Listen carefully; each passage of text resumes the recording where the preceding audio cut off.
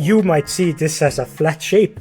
I am already seeing this as pushing this area back, pulling this area forward. This is established a plane here so that I can establish this plane. The head is coming again. Painting is sculpting on a shape. Sculpting is painting in space. To me, this sort of like understanding and mastery is also part of the fun of it. It's like digging in and like figuring it out and trying to understand it from like all possible angles. The video game is a work of art. It has like a tone, it has like a theme, it has a vibe to it. Something that it's trying to do, effect that it's trying to achieve. So you need to tailor the entire art style towards this goal, to the effect that you want to achieve. Can you tell me what's inspires you? Like, where do you draw the inspiration from for your work? I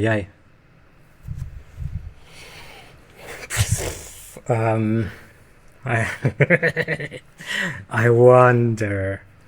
Depending on what work, I guess. If I'm sort of like just drawing stuff, doodling stuff, sometimes it's the tools. Like I have maybe found like a nice new brush or something, or some a new way to put together an image, a process or something.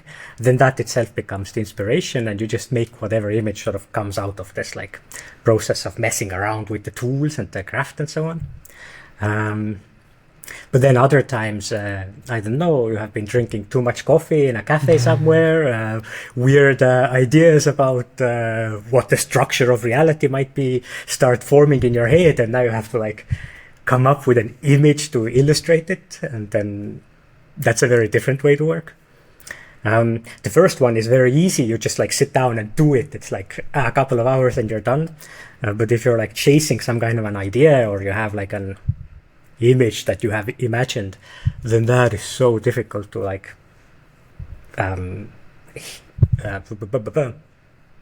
accurately depict. It's like, yeah. When you say you have an image, do you mean like you already have something like in a 2D kind of canvas situation, or is it like that you have an idea and you want to realize an idea? Either or. Sometimes like oftentimes there's like some kind of a seed of an image already there if you have a particular idea, but it's still usually just like some kind of a seed, and it'll take time to develop. And like some things that you think in your mind that work as an image, you will find that actually they don't work. That was a stupid idea, try another one. But it's also like the drawing itself is thinking. And the longer you spend like, you know, in there doing the shapes and the lines, etc., you are sort of actively thinking along, and also kind of testing out thoughts, and, you know, thinking with the brain and thinking with the wrist. Hi everyone, let me take a break to thank members of the show who made this conversation possible. Members get earlier access to videos, including longer unedited footage from live streams, as well as they're invited to our private Discord server. If you want to support this show, there is no better way than becoming a member on YouTube or Patreon. Thank you so much. For me, it was, I am an engineer by trade, like software engineer. I write code, and it's quite easy for me to be like, hey, I need this like machine to function this way, so I know what to do, and like what's left is the steps that take me there. And I tried so many creative things, and it always is like I have this blank space, you know, in my head. It's like, okay, I know it. I kind of feel the emotions. Like I want this to be fun, you know, or I want this like to be like that. But when I need to put something down and make something, it's very difficult to like construct this 2D vision. Yeah, I don't know. It's like, depends on also like where do you start from, or what is the thing that you are trying to hit. Are you trying to like cause a specific emotion how do you even start to think about like, you want to make someone sad, paint the sad dog in the rain or something. But it of course gets more complicated if the emotion itself is more complicated. I don't know. It's also like over time you're just you do the stuff, you're painting the pictures, and you are building up this repertoire of like tricks, these like little effects that you like notice. Sometimes you are making one image and you like find out that if you make like some edge is super sharp like around the face or something, that it gives it some kind of an intensity or something. It actually doesn't work for this particular image that you're working on, but now you have the idea of the effect like in your toolbox. And then as you like do it across the years, you build up this list of effects in your mind, I guess.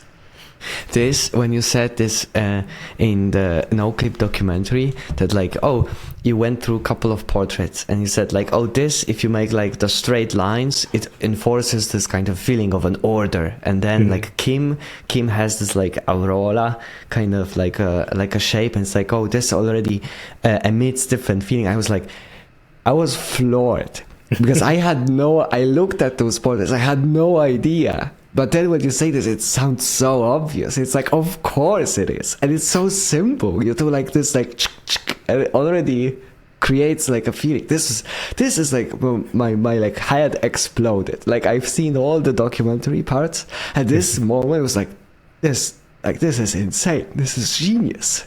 I really enjoyed it. It's because the eye is just like an unisolated input from the world.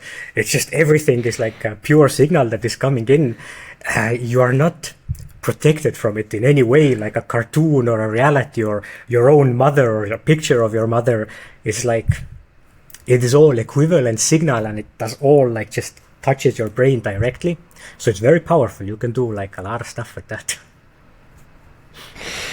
So before we start the actual like screen sharing session, can I ask you about your background? Like for people that are in the chat and people who will be watching, they might be interested in like they are inspired by your work and would like to follow footsteps, and like what would they do? How would they go about it? What did you learn from, and what you can recommend or say to like stay away from that? Like don't do that. I wonder.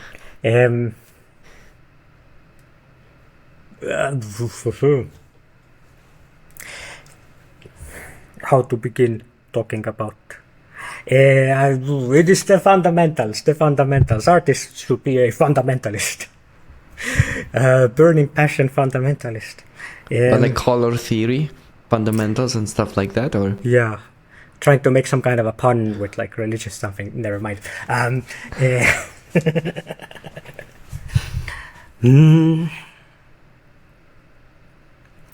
don't know. A lot of it is just like figuring it out and breaking it into smaller pieces.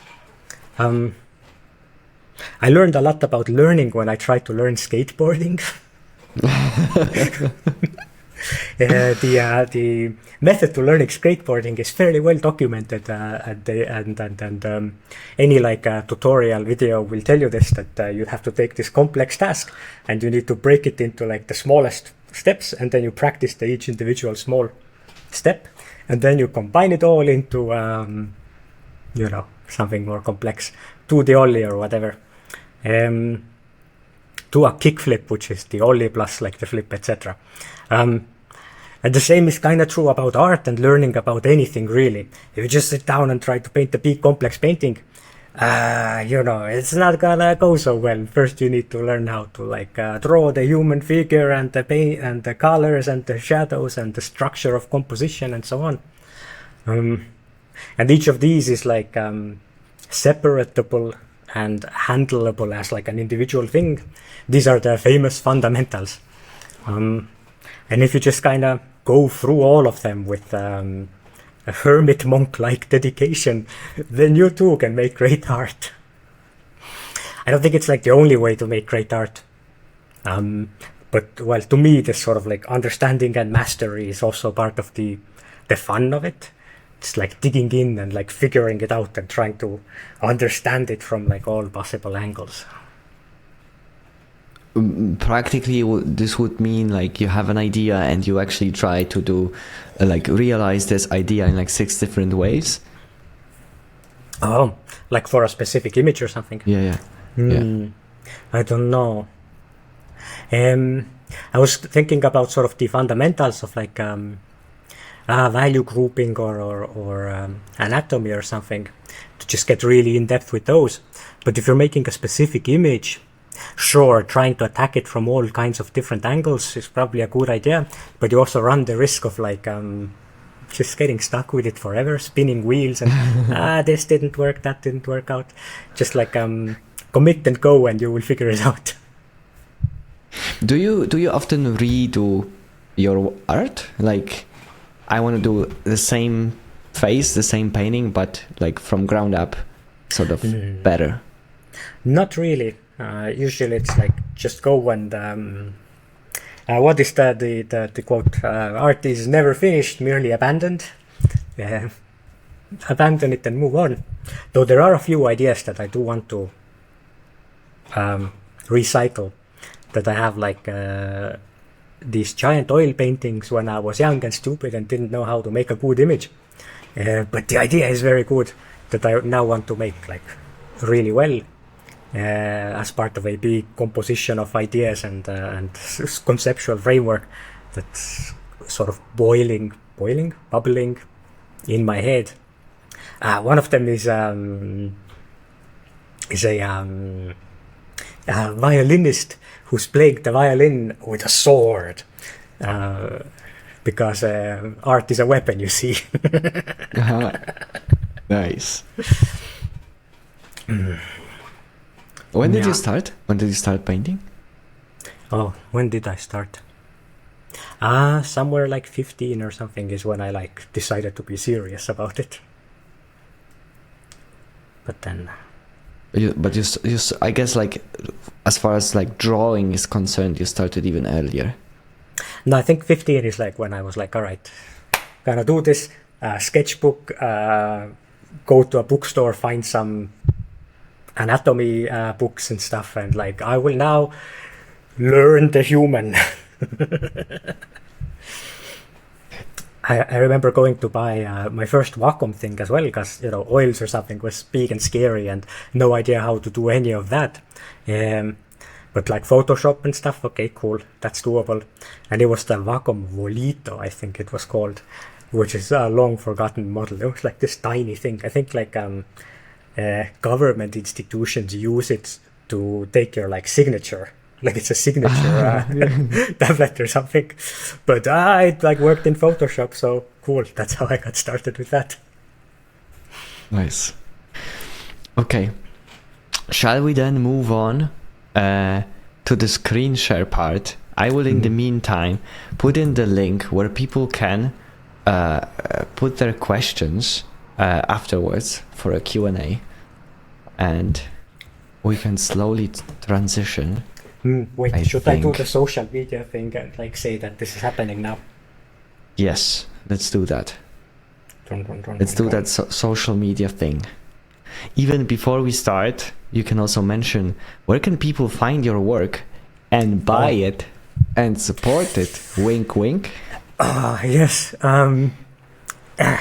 This is how bad of a businessman I am. I had the thought that this thing would be live when my second drop, Portratura, would be live.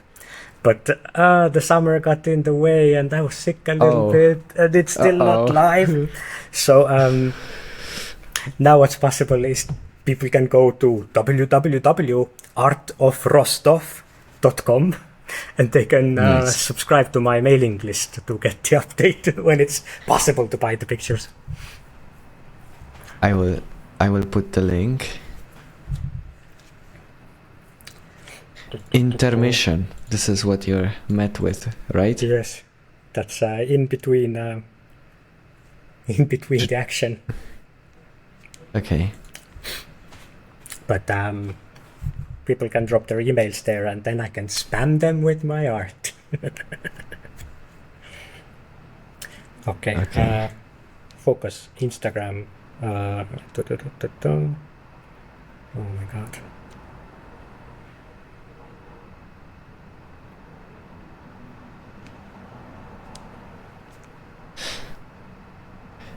I unfortunately don't have Instagram. Maybe it's a bad decision.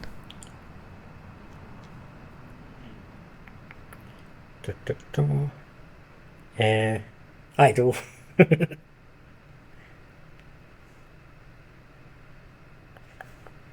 It's good. We cover then all the social media together. Do you have Blue Sky? Oh, I do, but I always forget. I always forget to post there. I am very bad at half the things you need to be good at to be a professional artist. Among them is like emails. I managed to go and look at my inbox like every 2 months or something. It's, I don't know, I feel rude to people. Oh no, wait. I will use my Blue Sky power and post there. Oh my god. I'm incapable of doing the Instagram thing right now. Like, live. What do I even... The thumbnail of the video is me looking at the phone. Yeah. Wait, no. I will take a photo. Thumbs up. We are live. Wait. Should I do? Okay. One moment. I will do the oh my god. Link. Paste the link. Text. When I started are live. When I started doing the podcasts, I always felt like I'm spamming everybody with all these notifications. Like they must be so tired of it. And like over several occasions, I learned that people had no idea that there was a stream, because like I posted just once on X. It's like that. So now I like, for this stream I posted like 5 times now in total, I think. So yeah, no when excuses. you do this stuff, you just need to drop all modesty and become the peddler of whatever you are selling. It's you can be like a flow like a river, you know, like a stream of notifications to all the media. Cool. How do I what do I do? So as far as There's the a screen share sharing, button. yes, you have a in the bottom. Exactly. Ta-da. Whoa. So This we're was done a- already. We're done. This was sorry. This was a quick brush test because I've been doing all the print selling and organizing and stuff, which takes a lot of time. So I haven't actually been drawing or painting very much recently. So I did like a little warm-up-y thing and figuring out Photoshop again. Nice. So right now, like if you were to be like asked like what would be the most comfortable way for you to draw, would it be digital or would it be like actual painting? Well, probably digital. Somehow Photoshop you never forget. Done it for so long, it's just in muscle memory. It's just like happens. With oils, it's always so scary at first. I did my first painting in like 1,000 years a month ago or something, or well, the first layer of a painting, and I was such a coward. I was just like, here's the canvas, and just like move the paint a little there, pull the paint a little there, just like just really like tensely just. But I know that once I get like warmed up or comfortable or whatever, it becomes this like fuck it. It's just like but it's also oil is very like forgiving. People usually think that oil is like the scary medium that the pros use or whatever. The pros use it because it is the easiest one. Yeah. Why it's forgiving? Because well, because of the oil, because it doesn't dry. Well, it dries very slowly, that is. So you can like kind of wipe it off or like scrape it off and just paint it again, or you can just always move it around. You're never like, it's not like watercolor. If you're like, oh, you fucked up. Well, now it's fucked up. Okay. So you do prefer Photoshop, like digital painting? Maybe, kinda. For a long time, I've also like been looking for. Wow, this is weird to talk and do something at the same time. We can do it like with breaks. You know, you can say like what you plan to do, and then like do the thing in silence, and then we like resume. I will just like whatever. My wrist is doing something. My mind is somewhere else. What was I saying? You asked me something. Photoshop. I was trying to get away from Photoshop. Yeah, I did like an entire thing where I tried out all the softwares to make art with. The Gritas and Rebel and all of these things. Because there's much to be dissatisfied with how Adobe runs their business. But I don't know, I'm like stuck with it or something. There's of course a million gripes, but there's also some tools and tricks that I know how to do in Photoshop, and then if I can't do them in the other software, it just doesn't feel as powerful. The other software, of course, will have its own strengths, which I have yet to discover because I've only done like little tests with them or so on. But I would like to take some of my tricks with me, and if you can't, then like it feels like I'm stuck on Photoshop forever. When you're doing the painting, what's the plan? Like, what do you think? Like, what are you aiming at? Or is it like a mindless thing now, or is it like you're going towards like aiming at something? This was mindless. It starts with this. This is a nose. It is the side of the nose, and then you pull the eyebrow out and establish the socket. Do the other one. This is the brow. Put some like eyes in. Oh my god, look, it's already a face. Carve away, establish the shape. The light always comes from the left side. This is the most brain dead, comfortable thing for me to do. It's the same as this. Actually, this one is better.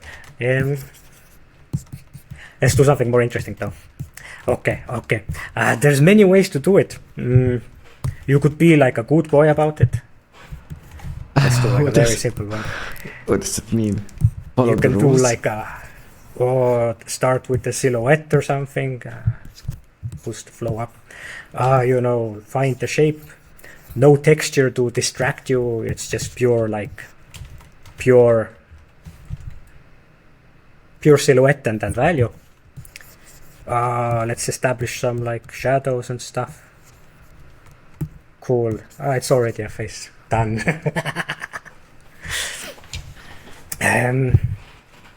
If for Disco Elysium, like how many portraits have you done? Like how many? Because probably you've done more than it was actually used in the game, right? Would assume.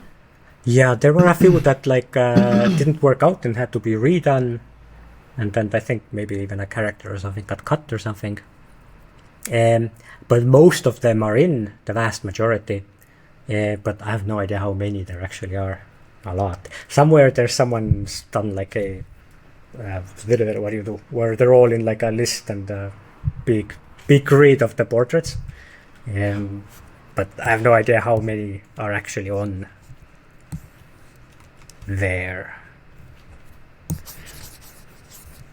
Maybe we can like picture a character. By the way, how would it look like in terms of development? Would you know first from Robert or from somebody, like what is the character, and then you would draw the face afterwards? Or would it also be the other way, where you're like, hey, here's like a cool character that I've made for you. Can we put him in? And usually the character is already fairly well developed by like the writers.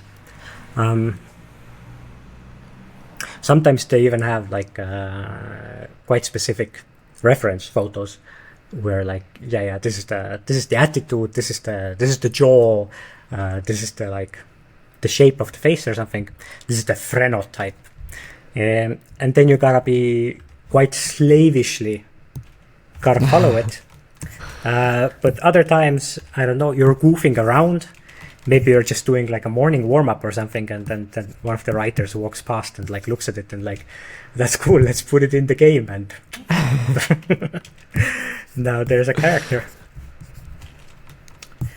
This is the not so good boy way to do it, where instead of like a big value shape or whatever, I am just putting down some landmarks. Some of the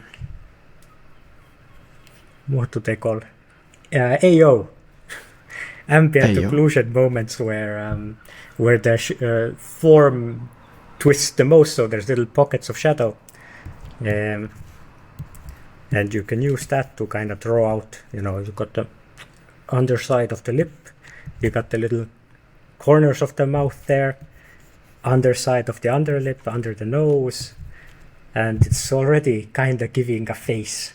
You've like marked out enough that the analytic mind is already projecting some kind of a face. The face is maybe not sad, but not exactly happy.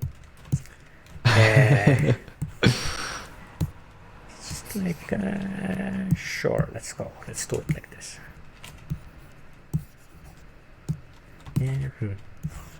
Whoop. No. I wonder what to do.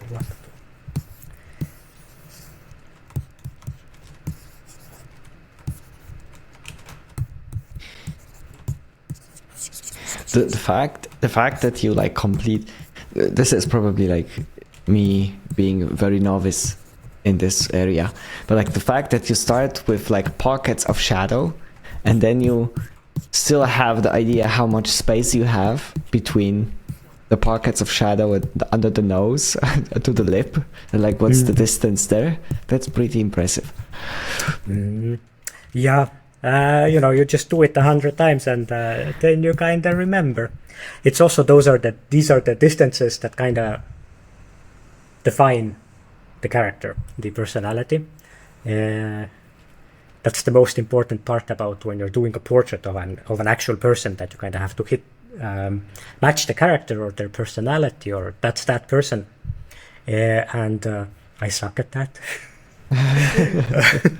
It's I'm a temperamental wash whatever kind of guy, so when I have to go in there and really like, oh my god, this eyebrow, the line of the eyes, oh no, it's sub-millimeter too low, fuck, okay, make it a little taller. I'm just really bad at that. So I'm good at drawing a face from like memory, that's like a person, or putting psychology into it or whatever. But if it has to be a real person, then I don't know. That's so difficult. That's so hard.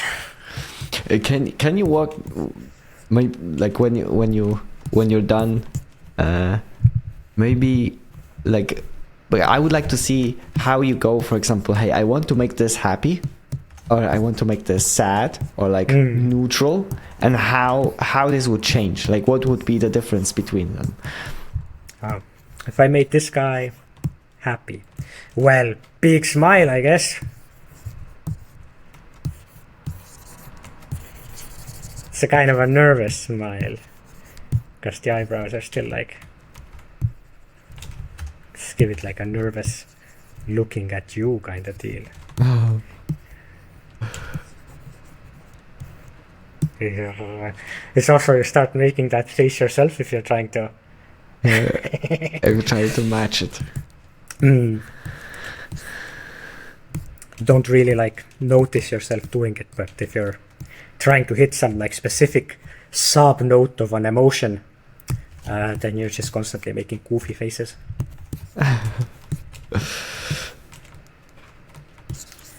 Oy vey.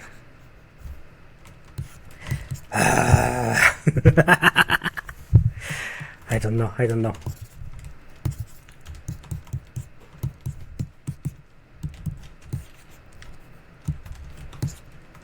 Okay, I will try to... What do I do? People in the chat brought up a fact that I didn't know about, that the Kim portrait was done first try. Yeah. That was easy. It was just like, yep, that's it. We kind of knew the archetype. It's like the phenotype or whatever. Just like Muguljas. Bulgy. What is the word? Anyway, the lumpy kind of like Asian face. Especially if it's like a clear phenotype that you're trying to... Am I using the word correctly? If it's a clear phenotype that you're trying to hit, then it's easier to kind of like hit the character or something. I don't think I got that. Phenotype, is that the word? There's people who look alike. They have some kind of an ancient shared ancestor or something, or there's some like repeating like face structure, bone structure, certain kind of eyes or something. Why you get like, lookalikes to actors. Okay. Yeah. Starting another one. This is also somehow how the process goes. If I'm just like goofing around, I'm like doing something, see if like anything like speaks to me about it, and if not, I just like make another layer and then go at it. The easiest thing is to put a beard on a guy. Immediately hide half a face. Oh, this is starting to look familiar. I remember someone like this. Yeah.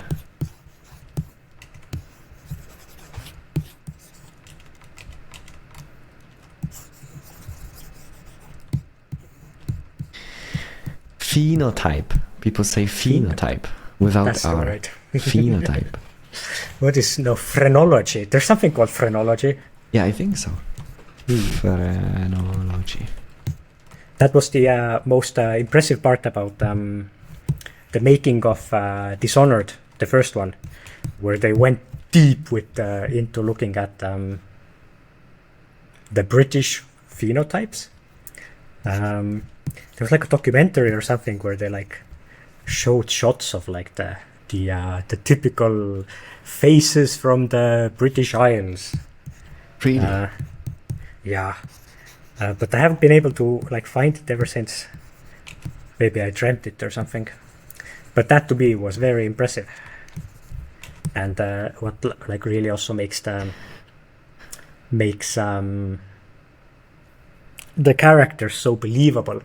There's a difference between like an artist just draws a face just comes out of the wrist, some kind of an amalgamation of like comic books and sketches, and like there's like a drawn face versus a face that's derived from like the real world, from a real human face.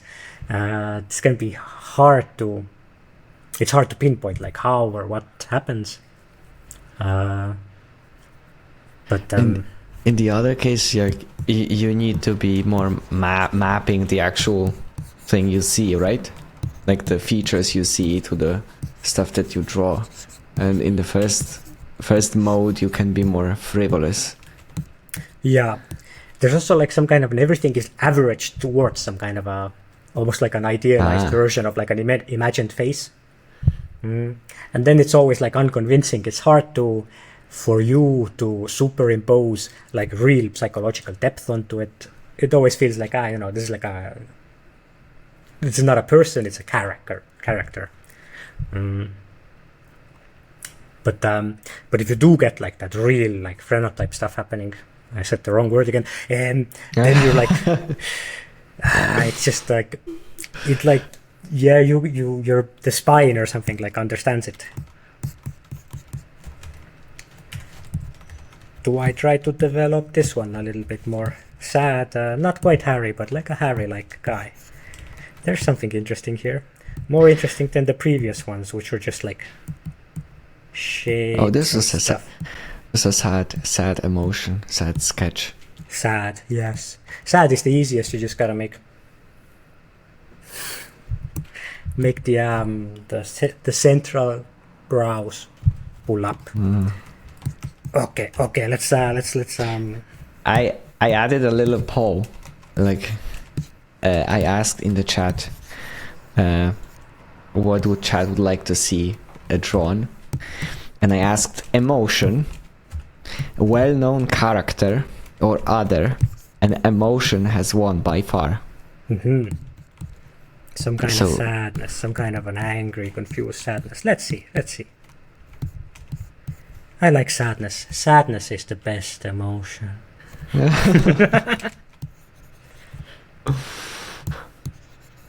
But sadness, so you say sadness, you for the brows you put them, like you squint them in, Yeah, like this. just like pull them up and so on. It's the smiley face, the sad smiley face. The primary color emotions are fairly well understood and simplified into emojis. Yeah.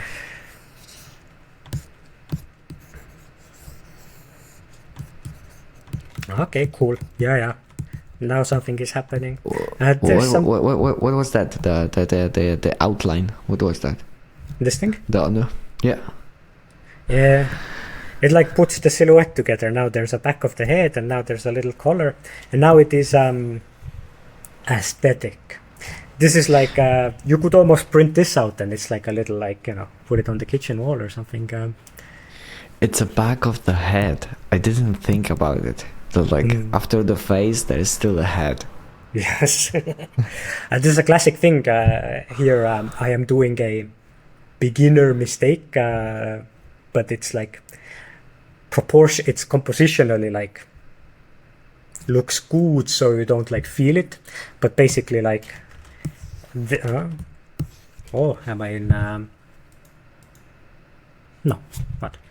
Oh, I can. The face is too small.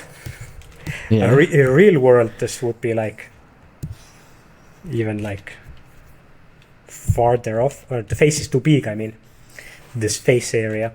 It would be like this tall, and it would go this far back, etc. But because we like the eyes and stuff, then we tolerate this kind of a mistake, and it even feels deliberate, because generally the proportions and distances between places is okay. Like the step from here to like here to here, they're like nice rhythms. If something was annoyingly more closer, already looks worse. If it was like a little bit further away, it would look like worse. But because the steps are in a nice place, then you forgive the mistakes. That's interesting.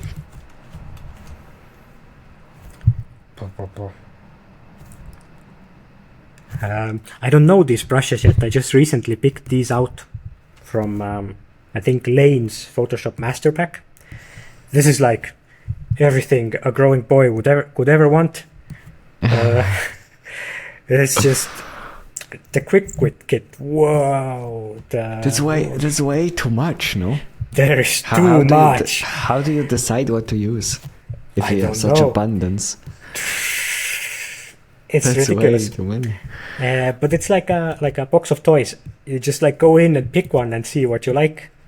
And just before actually the warm-up image that you saw, this guy underneath, was me just going through random brushes there, and then collecting a few of these for myself there, so I would have something to play with, because my regular brush set is actually quite minimal. Let's do a little. I will show some of my brushes. The classic. This is my favorite thing. The round brush. This is like, I love color and texture, but This is just simplicity. But you're not kidding. Like this one you really like. Yes. It's like put the little what's happening? Put a little skull there, put some jaw there, put a nose on it, put a brow on it, pull out the back of the skull, blam, you're done. Yeah. A little bit of like value range, put eye socket in there. Put shadow under the ear to indicate that let's do a blue shirt or something. Sure. It's so efficient.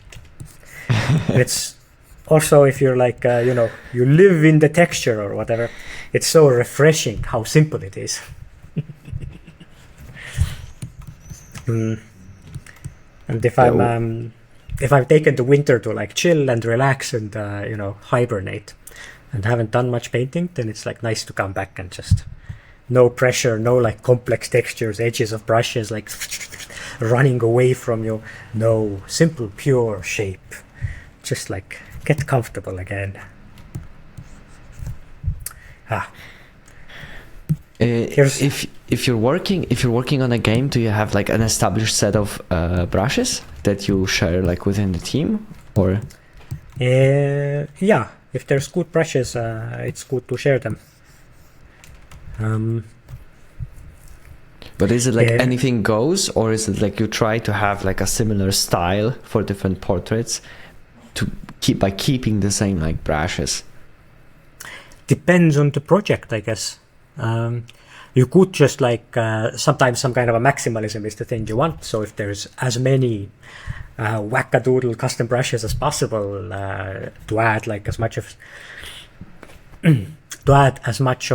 texture and fun shapes as possible, then that's cool.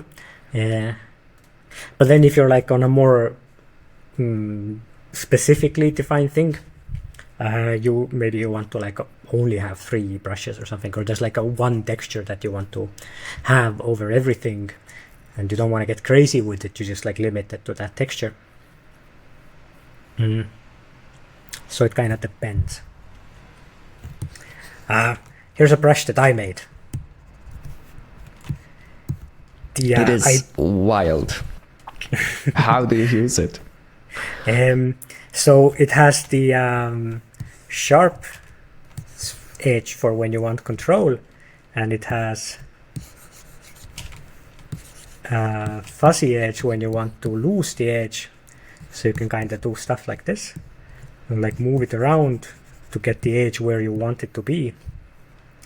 It is kind of hard to control though,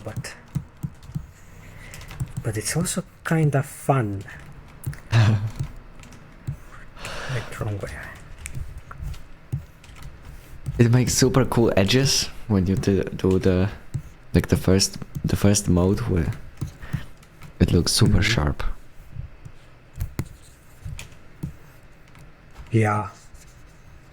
There's a kind of a genre of image that I sometimes do where I use one brush to make a painting. It's kind of a way to get familiar with the brush. What does like genre mean? What does genre mean? Genre, like a music genre of painting. Okay. This like single brush painting. I wonder, do I have it somewhere? The one that I did with this one. Oh my god. What year did I do it?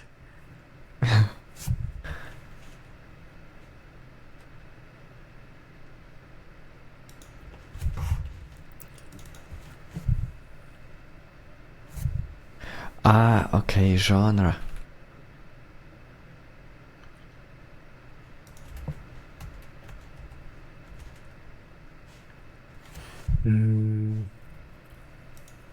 No, now I've gone off to look for the image. Here it is. This thing. Nice. was made with this brush.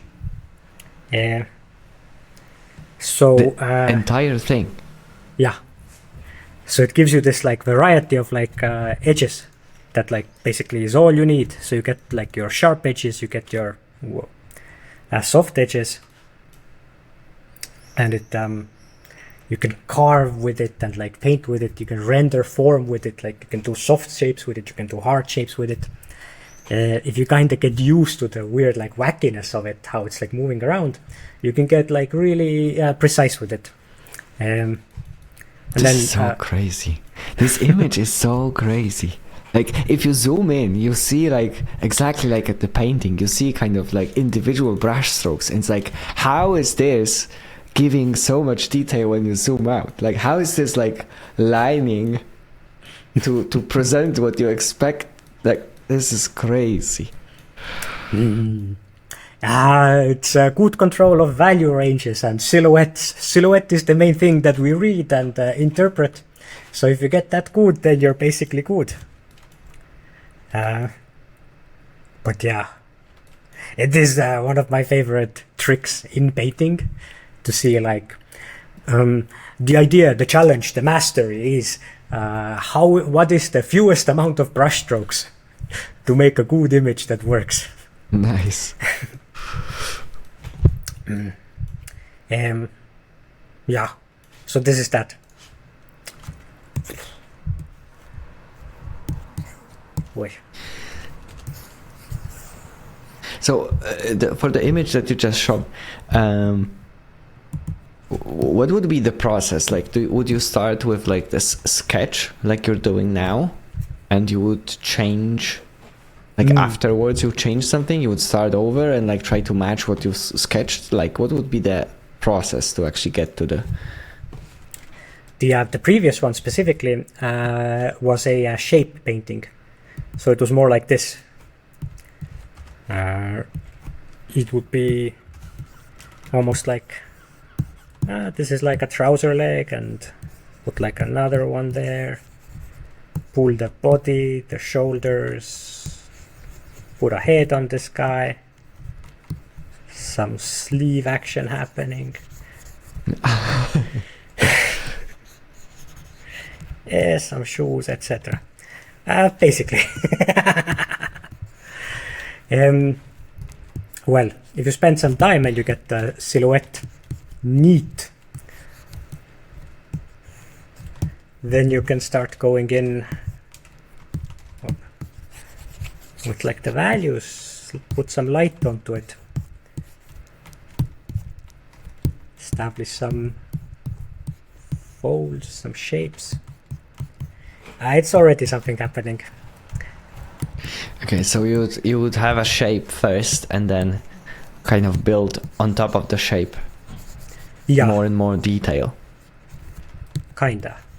If you get the big shapes done and they read, you're good. This is like it's like a save point.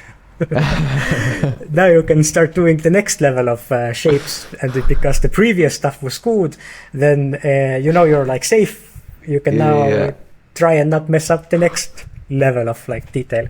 There's a frequency of information. It's like a sine wave theory.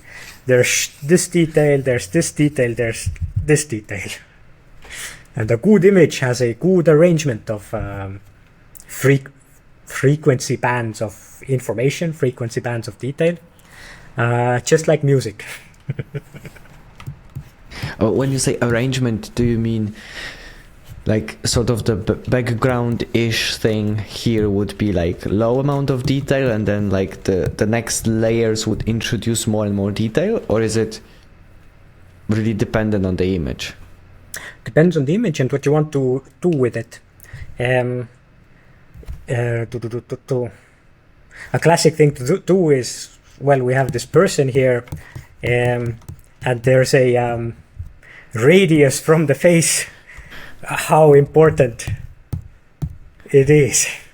Oh. So you would do less detail around like the legs or something, and like really go in and like try to like put like wrinkles and stuff on the face, so it's like detailed and really gets you to like look at it and keep your face, keep your eye, the eye of the viewer, on the face a lot more. That's so cool. That's so smart. There's like these million of little tricks that you're trying to do to make the person look at your image a certain way. At first, when you don't know these things, you're just like splashing everything around, stuff is happening, it's like messy and something. But if you look at like an image made by someone who's like really honed their craft, it's like just what they do is they make the image easy to look at.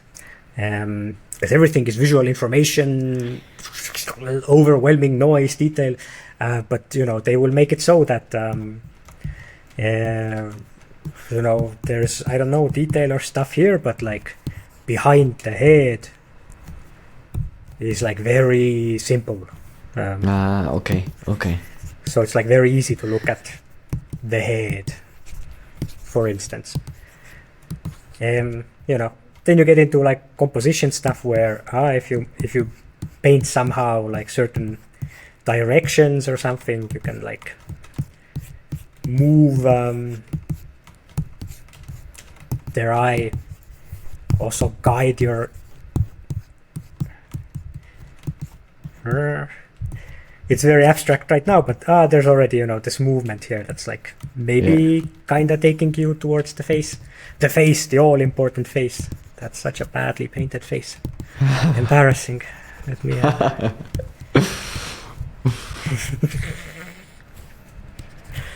ay. I'm starting. Cool. Sorry. That's so cool. Like when you see this image, like for me, like you would experience this thing, and like you wouldn't know what you're seeing. Actually, like you wouldn't realize that like entire image is guiding you towards the face. And like when you explain this, it's like, of course, it makes sense. Again, it's like, oh, it's obvious. Like you clearly can see that now. But before that, you just see this as a whole thing, and you can say like, oh, I can say, I love it, or it's like, oh, it doesn't speak to me. It's like, but I have like no idea why. Just like one thing. But this is just one way to paint, and this is like one way to make a certain kind of image.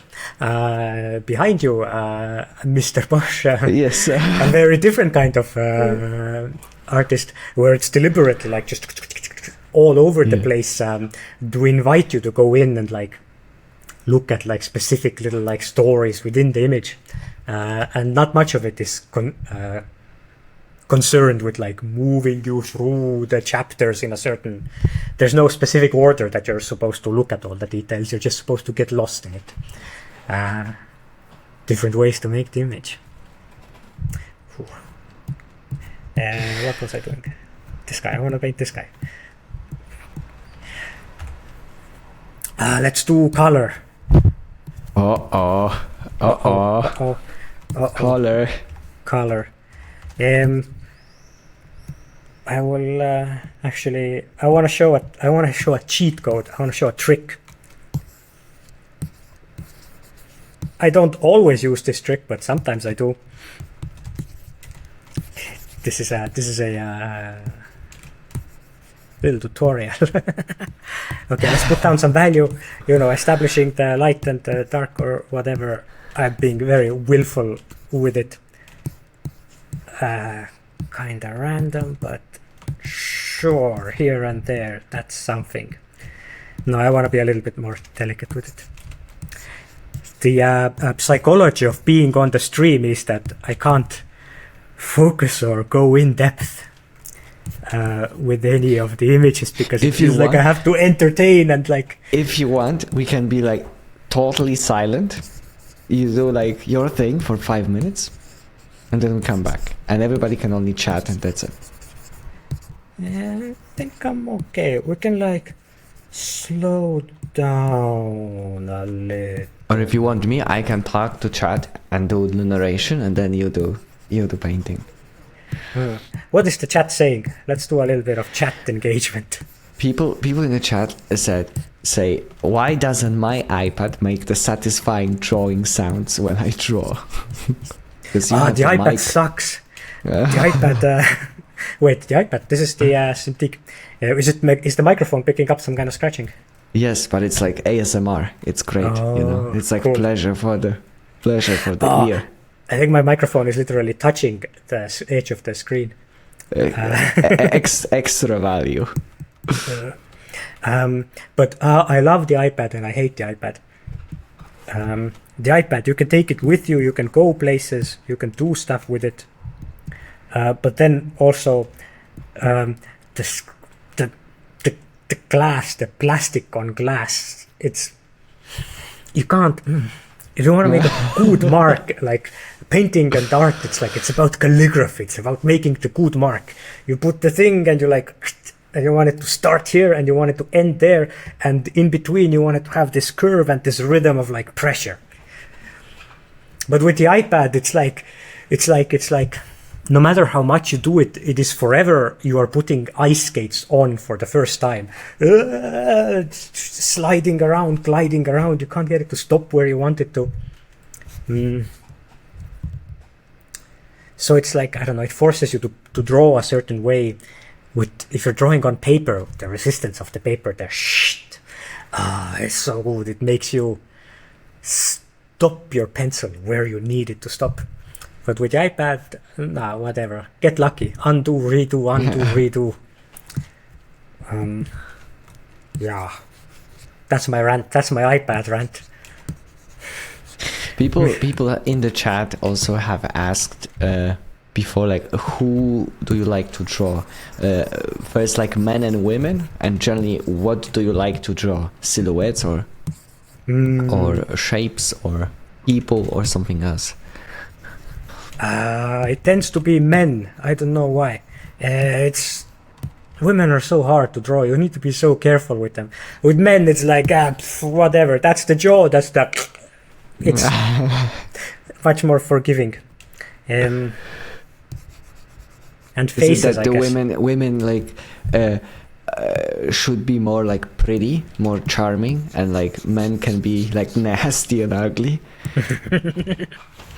I don't know. Women can be like nasty and ugly as well, but it takes more precision or something. What is that? If you're, I don't know, for me at least, with a certain like looseness, certain goofiness of like line, it just automatically makes the thing more masculine. Okay. But with like feminine features, you gotta be like more precise or in control or something. So it takes more effort. And you know, I'm a lazy person, so like whatever effort. Cool. Messy face. Okay, cool. Let's do some fun. Oh, that's a cheat code.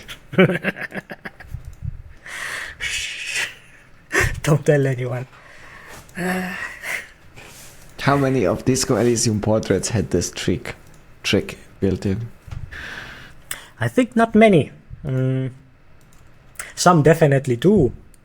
And maybe some have some kind of an underpainting established with that. But at one point, because there's so many of them, you just get so like efficient at painting them over time that it's almost faster to you just pick the color rather than trying to do some kind of a gradient mapping circus show. Okay, cool. I don't know. This one. Do I wanna... This is just complete like cheat code laziness here. When you paint, do you think in color or do you think in monochrome first? It depends. I don't like this. Maybe I just do like a little base tint with it. Well, you are constantly. The secret to painting is that it's actually all just monochrome. Value is the correct term. You're constantly thinking how light it is, how dark it is, and color is just some frivolity on top. Color doesn't mean anything. I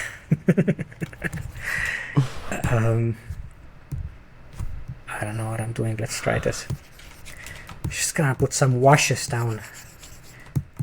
Classic art student red nose, my favorite trick. There has been this trick used in Disco Elysium. I can confirm.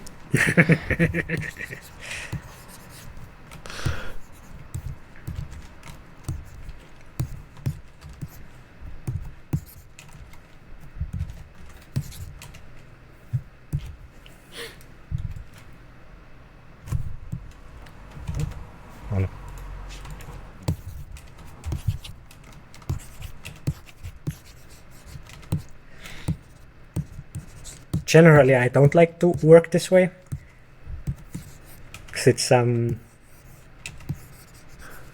doing these like washes of like overlays and multiplies and so on, because it's so easy to also just kind of get lost in them. I like, after a while of doing these, I kind of get frustrated and I just like, okay, whatever, I want this color, I'm just gonna snap it on top. But it's like a way to like get some kind of what is it, randomness, some kind of a underpainting, whatever accidents can happen, that like something cool that you can then later integrate into the image if you want. But at one point you want to establish direct control, assuming direct control, in order to like get it good and stable. I feel like his wide open eye is like with every minute is more wide, more open. So staring more. This is a classic portrait trick as well. If you want to get your portraits good, do this. Make different eyes have different emotions. That's crazy. Just like keep it subtle, or you know, make it crazy if you want to do a crazy face or something. But it's this is how you get psychological subtlety into the image. There's like which emotion is the dominant emotion, what is actually going on there. There's like some confusion, or the read isn't immediate, and that makes the image more engaging. You have to like look at it, have to like feel it out, or like what is the exact emotion, you can't tell, and it like forces you to like engage with the image, to look at it. If you just make like both of the eyes like nice and smiley, and a big smile, is like your threat assessment engine goes like smiles, friendly, cool, whatever, next guy. But if it's like some kind of a confusion or whatever, it's like, what is happening there? You have to look at it more. It's exploiting the primal human systems. That's so cool. It's all about touching the spine. Nice. What am I doing? Let's put some splashes on. Yeah.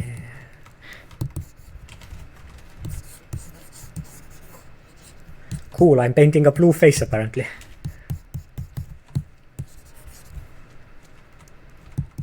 There's a bit of a discussion in the chat about tone and tones and values, and when you said value, like monochrome value, that the colors are the frivolity on top. Mm-hmm. What is tone? I don't know. What is tone? Is tone? Yeah, this is the debate, like the tone and the definitions. People will say like, we can go check definitions if you want to. So they're almost fighting. Music tones, skin tones, tone of voice. Half the language of like art is undefined, and people just kind of vibe with it. Yeah.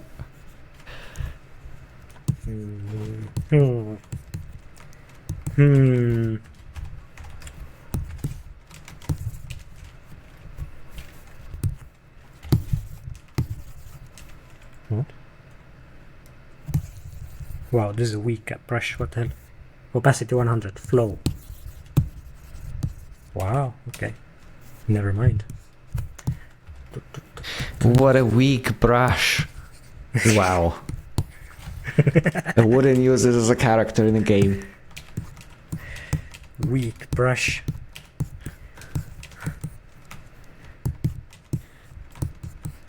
I don't know, it's already like finished or something. Like whatever I do, it makes it worse. This is how you establish whether it's finished or not. Like basically, yes. When I have my actions don't have like a positive effect. Basically, it's if you can't come up with the next step to make the image better than it was before, it's finished. You're done. Maybe someone else could like take it further, but at that point you can't.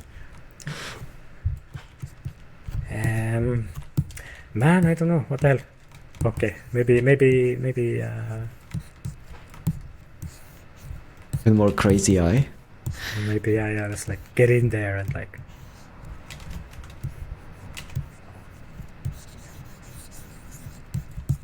Another cool trick to try sometimes is to paint teeth on top. Whoa. Ooh, now we're getting psychological.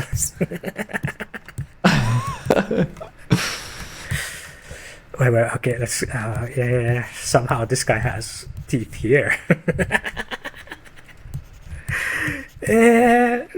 I don't know. A little juvenile, a little like too anime. Maybe. I don't know. Kind of cool. Nah. Nah. It's a huge difference, by the way. Like, it's such a weird thing to do, and like all of your attention is drawn to the teeth if you have that. Oh, that's kind of cool.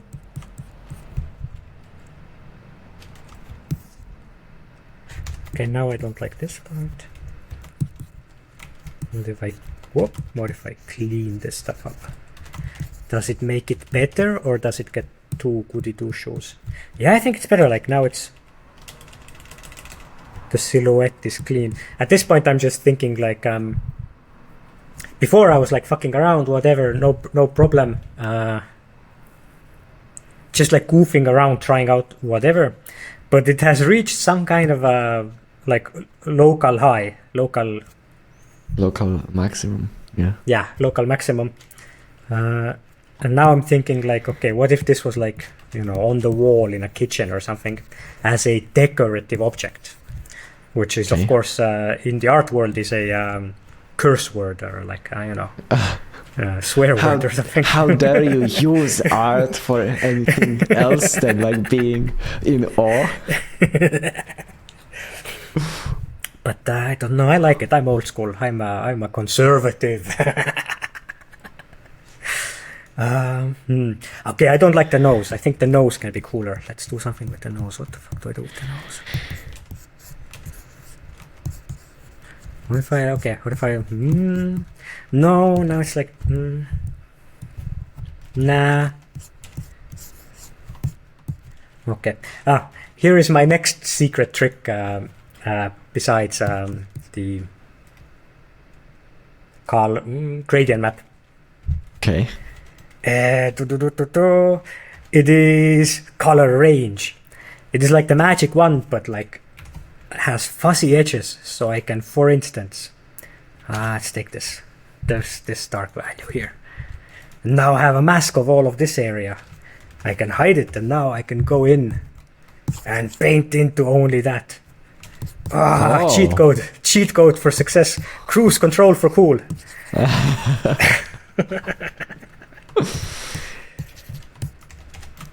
Yeah. I mean, this you wouldn't be able to do in oil painting. No, that is why oil painting takes forever, and that is why digital painting is done in a few hours if you're just messing around. But now you need to exercise judgment.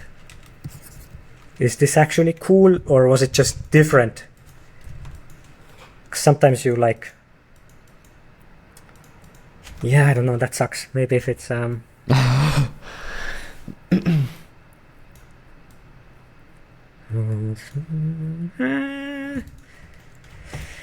Okay, well, some of it is kind of cool, but which parts are cool? Just gotta be more subtle about it, you know. Kind of easing it out, okay.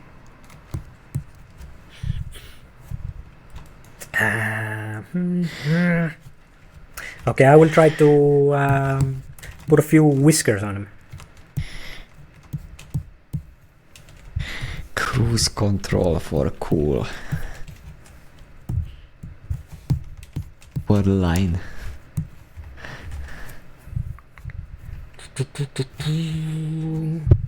I don't have the appropriate brush. No, there was this one. Maybe. For people in the chat, there are a couple of questions. Like, when will Q&A start? Like, we cannot ask Rostov to be both painting and answering all the random questions. I'm only trying to be like asking questions related to the actual art of painting, like the process. So we'll have like proper Q&A maybe at the end.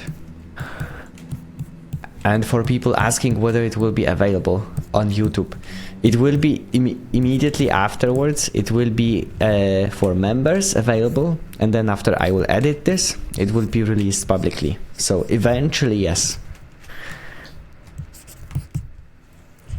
Mm-hmm. Is it better? Is it worse? Don't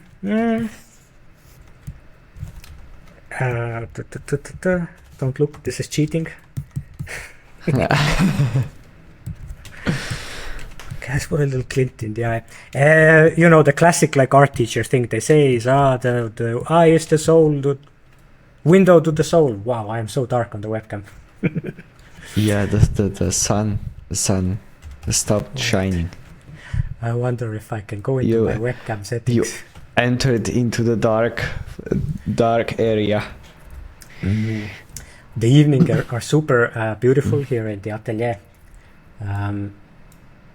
Whoopa. Oh, there we go. It's went from night to day. The exposure. It's super beautiful here because I have the best setup. I've gotten extremely lucky with this like space that I have here. I have windows in all the correct directions. It is said that for an artist studio, you should have windows everywhere but to the south. Because then you get ambient light all throughout the day without getting like direct sun coming in. So you just have like this diffuse like ambient light happening, which is good for painting. And I have exactly that happening here, which is, oh my god, can't believe my luck. But it also means that when the sun is setting over there in the evening, I get these beautiful like long shadows coming in. It's wonderful. What was I doing? I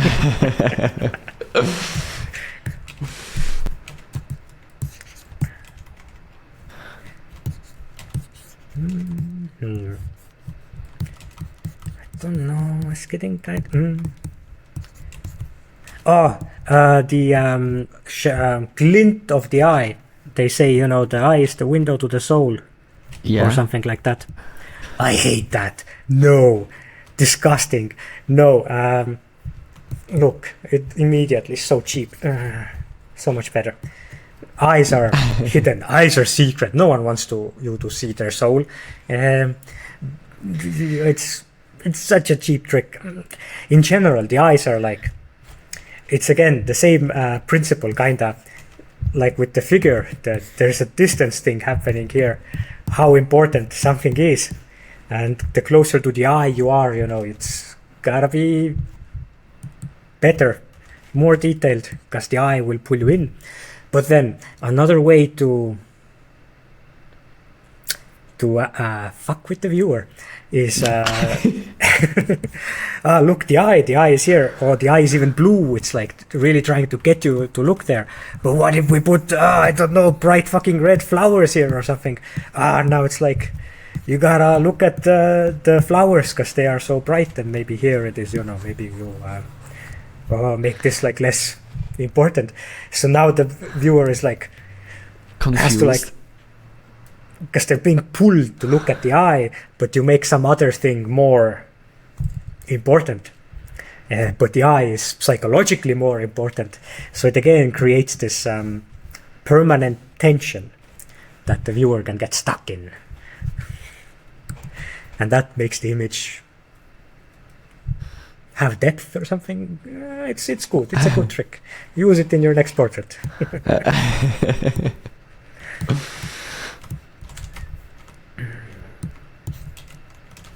I can't tell, but do you have the white glimpse in the portrait behind you, the physical one? What is that? Do you have the white glimpse of the eye in the portrait behind you?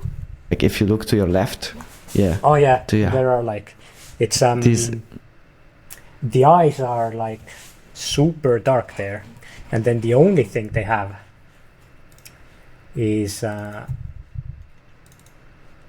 glimpse. You can see. Oh, that's way more detailed than and crazy. So it's Wow, this is so crazy. And with the white color, the pink ones, this is like insane. It's doing the bovine eye thing, you know. What dogs and wolves and stuff have like full black eyes, so that the prey can't see where the predator is looking at. So it is unnerving because you don't know, are they looking at you? Are you their victim? What is happening? So it is inherently spooky for us. I had no idea about that. That's why the horror movie stuff, black eye, is so like eerie, because you don't know where they're like looking. But you know, put a bright white glint in there. They are looking. This person is alive. Look, you can see into their soul. What is happening in there? And they're like looking at you with like an emotion that is undefined, but there's like a slightly eerie smile there. Why is this creepy guy smiling at you? It's some like perv stuff or something. I don't know, something like that. But then it's further like obstructed, broken apart by these shards, so you can't see it. It's even more hidden away. So like it again plays with this like prey animal like instinct in you. The title of this image is Horror Vacui, which you know means fear of emptiness, which is a play because you know look at all this detail. This is what it means in like visual arts. But then of course horror, it's horror. It's like when I look at this now, because I didn't see that in the like in your background in the physical version, but now like my mind tries to assemble the missing pieces, like the shards, like tries to assemble them how it would look like if it was with the color version. And half of like my mind hopes that he would smile and be normal. You know, like if you assemble all the shards, like he would be okay. Would he? Whoa. This is my favorite color. It's like teal. What? No. Turquoise kind of thing. Turquoise teal thing. Yeah. This is just it is the color of the object outlines in Disco as well, because it's just so pretty. Nice. It's also an unnatural color that's very like just beautiful to look at. So in game design terms, it's just you don't want the object outline in the like the thing that is supposed to make stuff visible for you. You don't want it to be the color of a normal thing. And there's not that many colors that aren't normal. What can you tell me about this like dotted pattern? Like, because on one hand, like you have this painting which is like nothing is symmetrical and like nothing is like, you know, like everything is dynamic, and then you have like a very strict pattern, and for some reason it works here. Like how does it work here? Indeed. Yeah, the half-tone pattern. I don't know. I was really into it. This is 2014. Oh my god, this is 12 years ago.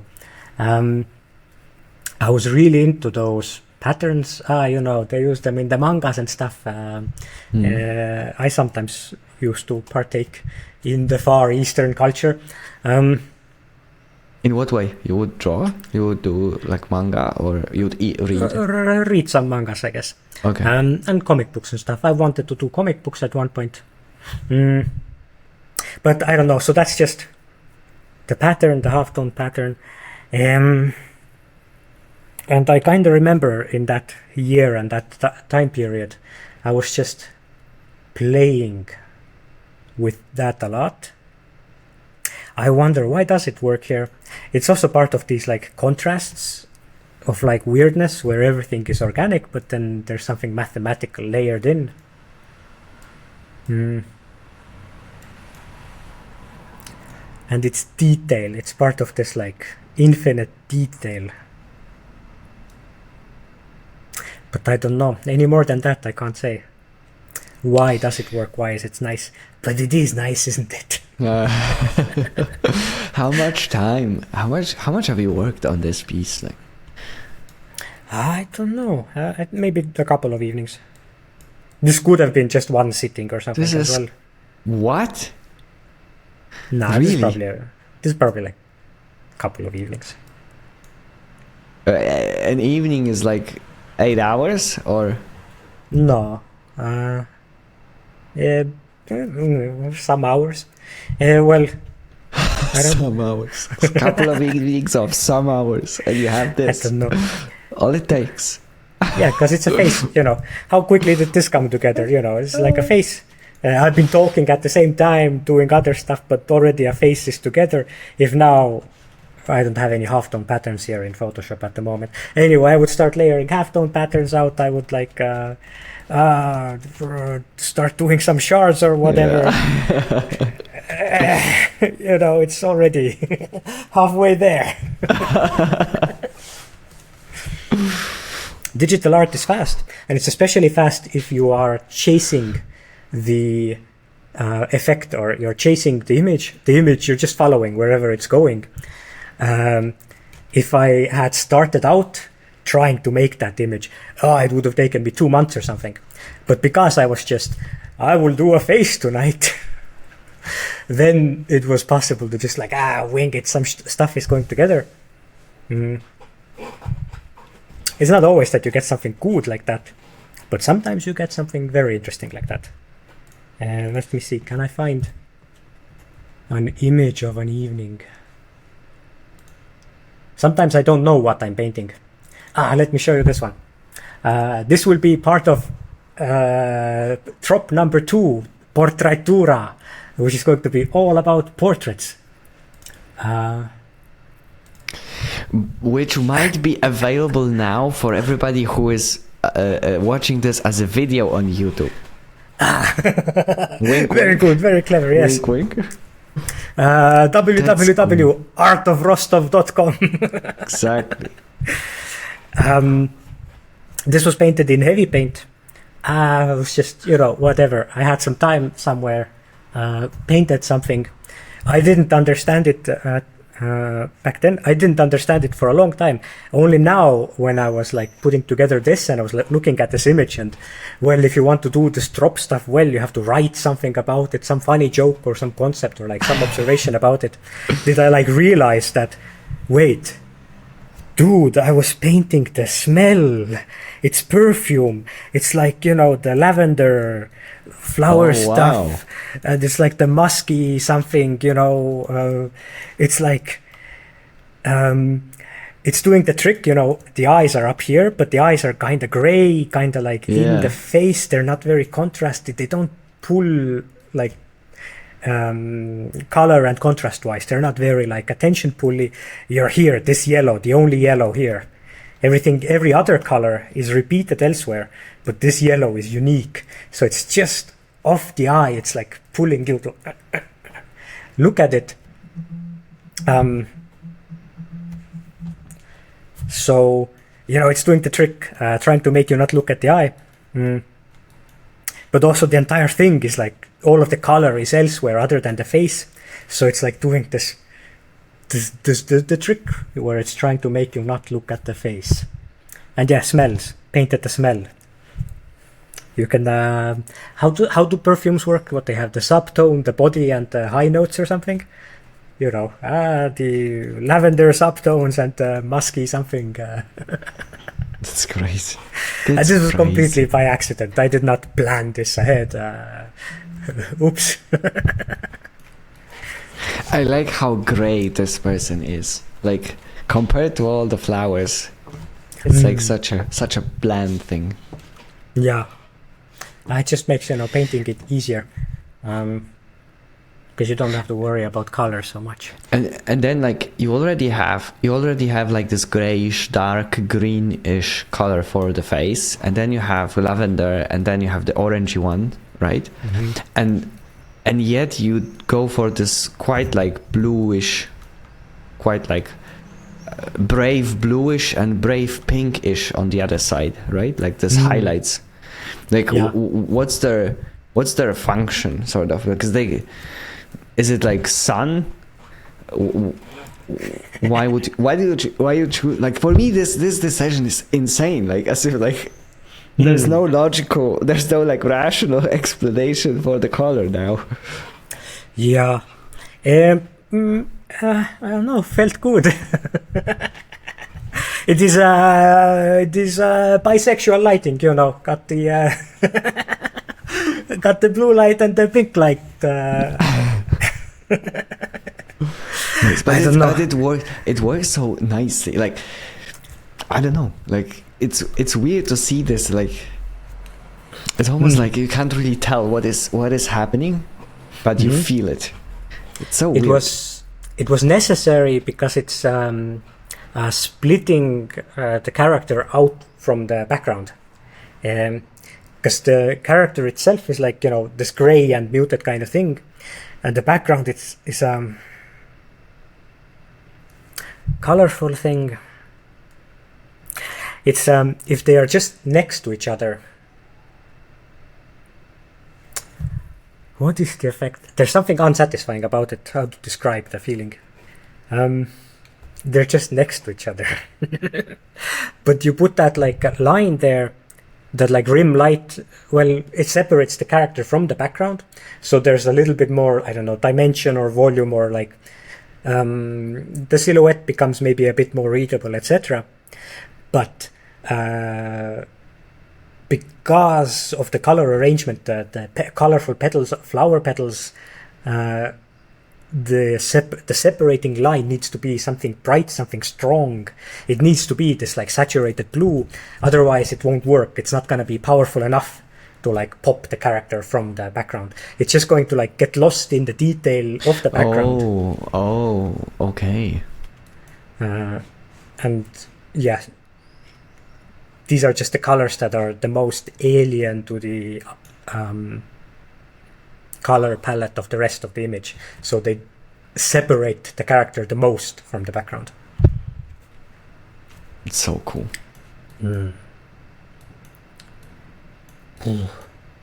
People in the chat very enjoy bisexual lighting. It's a great term.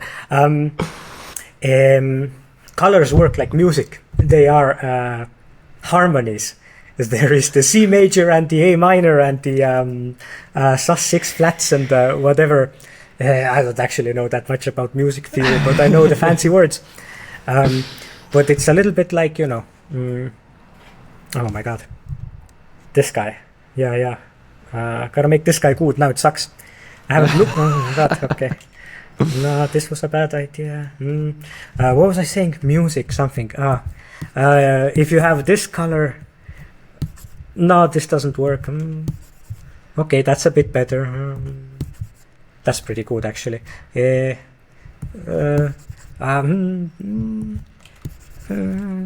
like like a kid sitting at the piano. If you don't know any scales or whatever, and you cling cling clang. doesn't work. You find out there's certain pattern of buttons that like keys on the piano that sound good together. And if you don't know, you just gotta like kind of walk up and down to find them. Colors kind of work the same way. You put down some color, some dominant color, and then you need to find out what is the degree of separation from it that works with it. And then you can build all of these like arrangements of colors out of them. And if the steps are the, you know, the fifths or the thirds or whatever, if the steps are like correct distance, then you can get even like weird colors to work well together. That's how I arrive at my crazy like color setups. I'm just like kind of carefully stepping and finding what are the colors that go well together. But you're not afraid of getting into the position where you would need like a contrasty color, but you have already used so many or enough of a different like set of colors that there's nothing really matching. So my brain already jumps to the concerns like what if you use like 5 different colors that are very like apart, and now like there's no 6th color that would work. Yeah, you know, then you just gotta get to the next frequency detail. You know, you had colors that were like here, and now you do the colors that are here. Okay. I think. I'm kind of stuck with this guy. I still feel like, you know, there's much to be done, but everything that I'm doing is like making it worse. Okay, this is like a nice. Maybe I gotta like, button. Ooh, okay. This is also how you can do the color stepping. You just slide the hue stuff around until you find the harmony point. Now it's like this green has been established to go in here. Let's see, what does this green do in some places?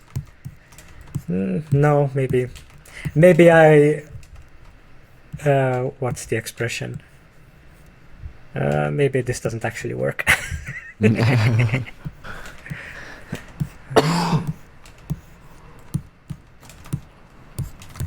Okay, actually, I think I gotta establish some of that AO darkness again because I pulled it up with the red. But it's fucking with the emotion.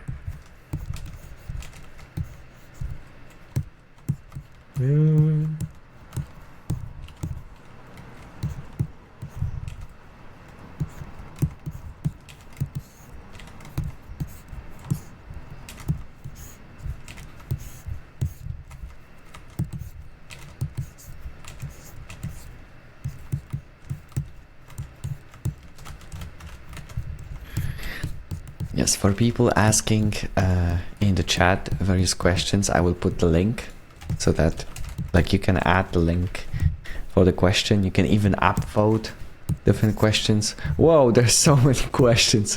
Whoa, okay. Oof. So like you need to upvote them as well because we will not be able to get through all of them.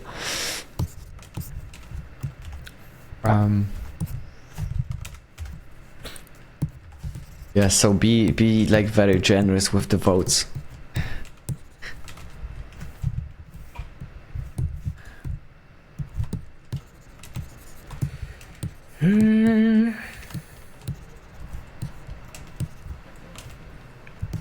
No, I am bringing shame to my family. I don't know. I can't solve it.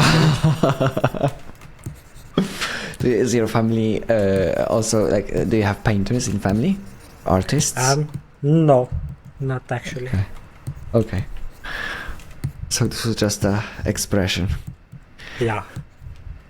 Yeah. I don't know. Whatever. I'll start another phase. This one's pretty good. I will put it here up top. Oh, really? Like a brand new. All of these into box. Do we do emotion? Like a Disco Elysium emotion style? Emotion. Disco Elysium style. Let me see if I can remember how to do a disco picture. Disco picture is all about the flat brush. This isn't quite the brush. Oh, and also using the color dynamics. Okay, cool. I think I want some more value jitter. Nice. I don't know. Let's something sad. We want a sad, happy, malevolent. We can do a poll in the chat if you want. If you want to wait a little bit. Give me the options. I don't know how many emotions are there. Emotion ? Happy. I would say the category happy, sad. Like we can define it. Malevolent.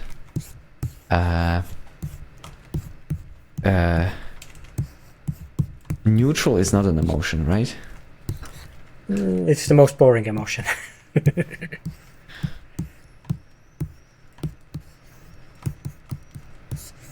Okay, I'm starting a poll. So we have like 30 seconds. You can also type in the chat the emotion. I will also count this as vote. If you like. Oh, I know. We added malevolent. I added malevolent, and everybody's like, "Oh, malevolent, let's go!" Like the most crazy, sick thing. Let's go. Of course. What even is malevolence? It's like it's giving you the evil eye, right? The color dynamics was this in Disco Elysium? Because I see now the wavy pattern. Mm-hmm. Was this in Disco Elysium? Yeah, this was in the disco. Okay.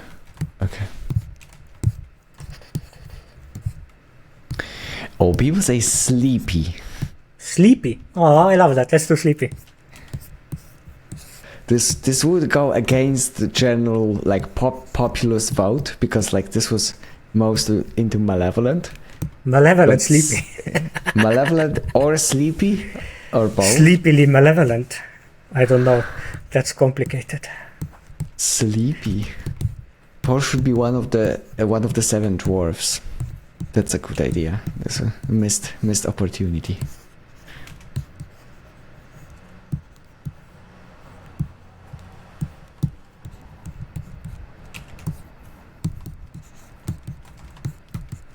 Bum. Let's put a little background something. I have no idea what I'm doing. I am just vibing something out. That is the ugliest blue that I have ever seen. Yeah. Let's do something cool. Yeah. Faustian red suit, of course. Fuck yeah. Faustian. To get a Faust. Yeah. The devil. Satanic. Okay, what do I do with the background? Now that it's red, okay, cool. Now I know.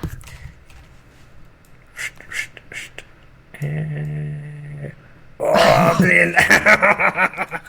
Okay.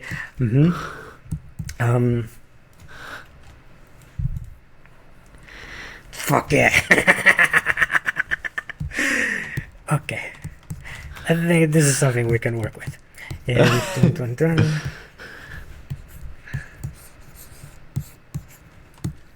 Sleepy malevolent.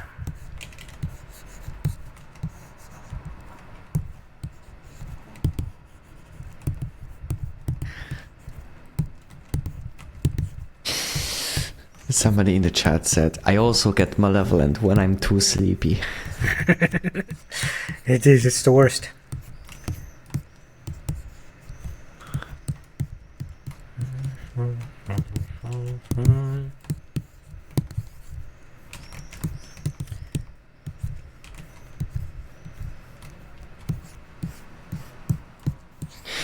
He does look like quite malevolent. Already, right? What is it? It's the eyebrow? It's this, I think? It's also like the green on the... The green is just some spooky, you know, like... And the It's burning like, wildfire orange. You would not like to be near him. Like, like it's his bad news.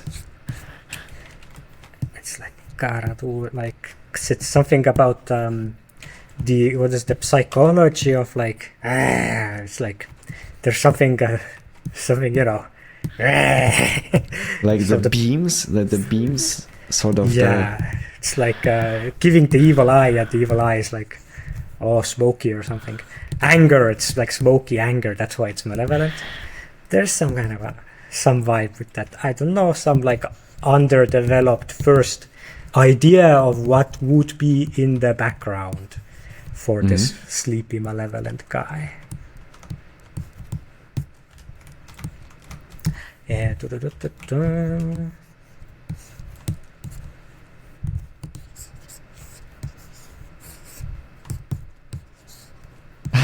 He's got the pre-shower malevolence.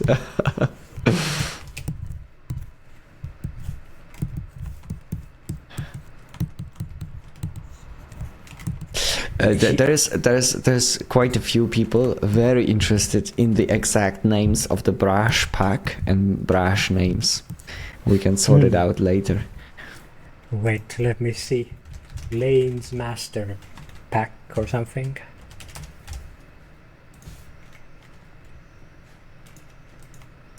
On Gumroad. Do I put it in the chat? Studio chat, so that because then I can relink them.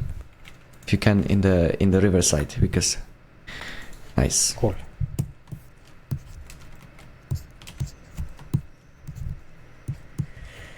Dun dun dun.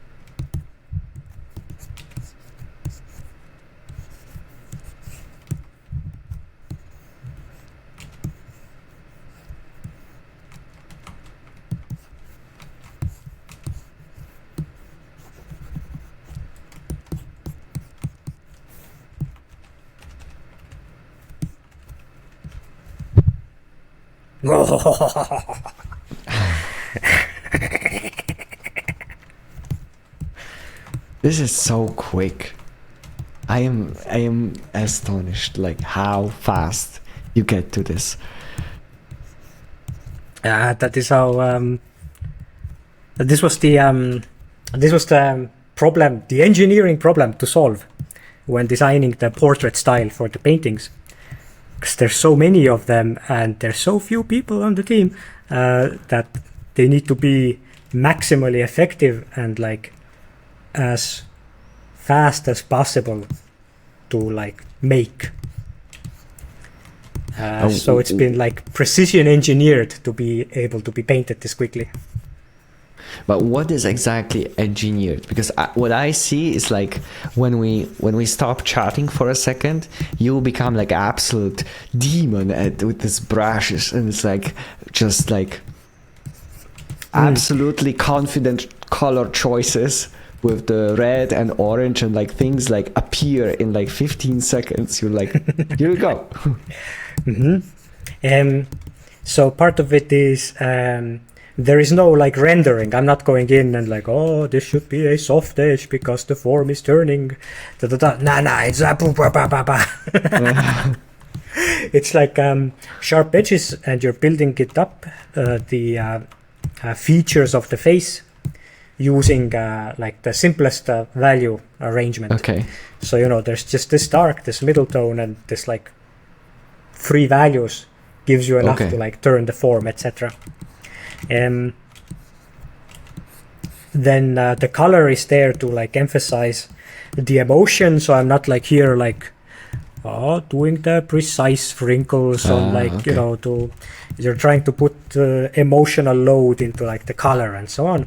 But this also means you can do stuff like the skin isn't skin colored. You're not trying to find like because this is red and I need to reflect the red in there. You're like leaving out a lot of like considerations that you would have in a more like finished painting, in a painting that takes more time to make. So it's like piling together every shortcut possible to be able to do these images fast and make them like serve their purpose of like delivering you the information of the psychology of the character and so on. Okay, I'm gonna not happy with pump cheating. Whoa. Whoa. Generally, I advise against doing this. It's usually better and faster to like do it again from scratch to find the good gesture or whatever. But sometimes you're like, wait, what was it? Sleepy? Okay, see, now I'm like chasing the image. I forget malevolent and sleepy. Yes. This eye is sleepy. Okay. I think like at certain point, it is a good idea to switch from like to chase the image, no? Maybe depending Depends. on what you actually Yeah. Wow. Okay. Interesting. That is. Is it a tattoo or? It's just something cool. It's cool. Just cool. Just to put a little more malevolence into it, I guess. I wonder.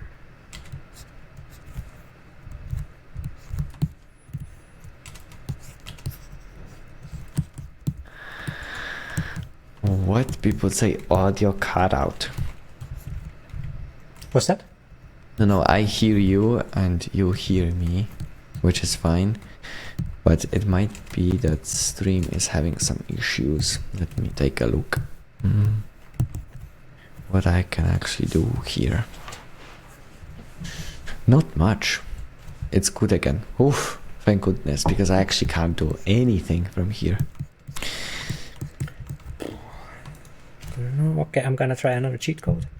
Sometimes it's like you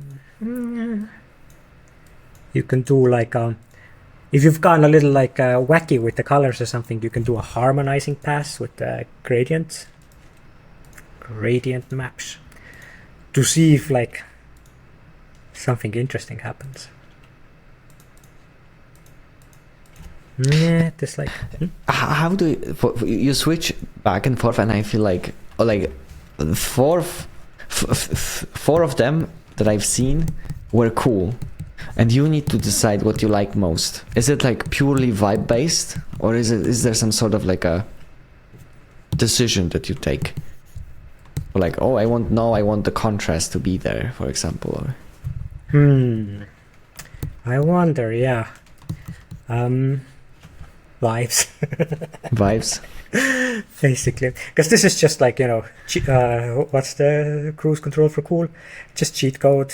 I have a bunch that I've like saved, but it's also I can you know what, I like this green. Cool. Let's do let's start from scratch.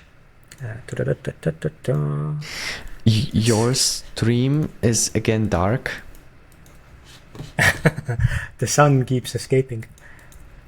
Chasing the sun. I'm slowly pushing the exposure or whatever. Whoa, yeah. Motion blur. I should put the ISO up. No. Cool. What am I doing? I liked the green. There was something in the green. So I will try to construct a gradient map that like just takes the green and does something with it. And green always works with like this reddish orange thing. What do I do here? Okay. That's kind of cool. And what if I map this into the no midtones?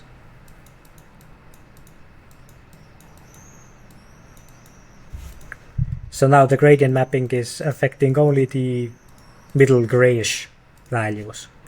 Cool, I got like some more like sickly green into it, so it's a little bit more malevolent, I guess. Nice. The big shapes are established. Now I can like go in and actually start doing little crow's feet stuff. Put a little extra. Put a little glint on the bottom edge of the eyelid to pop the form. This doesn't always work out well. But for the sleepy malevolent. It's so nice to watch this like come alive and change over time. With commentary. Rostov, maybe do you stream? Maybe you should stream. No, I haven't really thought about it. Maybe you should consider doing it. Yeah, it's it was a very. Now I'm like I don't know. Have like the brain has learned the pathways or something. I'm like words are coming out of my mouth and I'm painting at the same time. Magic. This was okay. Maybe I should. Maybe people in the chat can say whether they would watch it. Then it would give a bit of encouragement.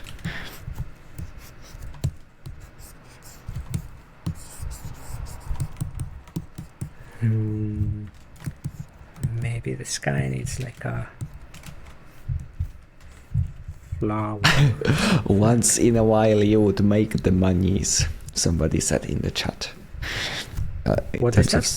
Instead of streaming. In terms of streaming, it would be financially interesting. Money, I like money. How do I get the money from the streaming? No, if you stream regularly and you hit certain numbers, that's the same for YouTube now and like other platforms. You like are invited automatically to this partnership program, and you can have then like share of the ad revenue, and then or you can have sponsors on streams and our members. Interesting. People are very enthusiastic about the idea of you streaming. Who here would become a monthly paying member for a Rostov exclusive content?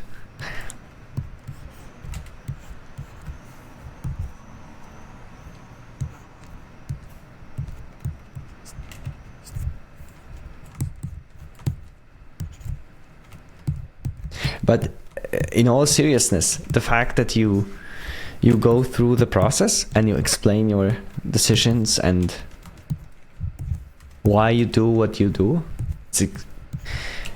it's extremely interesting for me. Like, I learn so much as a novice, and I can imagine that people who are artists and they are doing this and want to get better at their craft, they would use it. And it would be extremely valuable for them. But I am lazy. I don't know. It's like one of those things that when you start doing it, you have to do it. I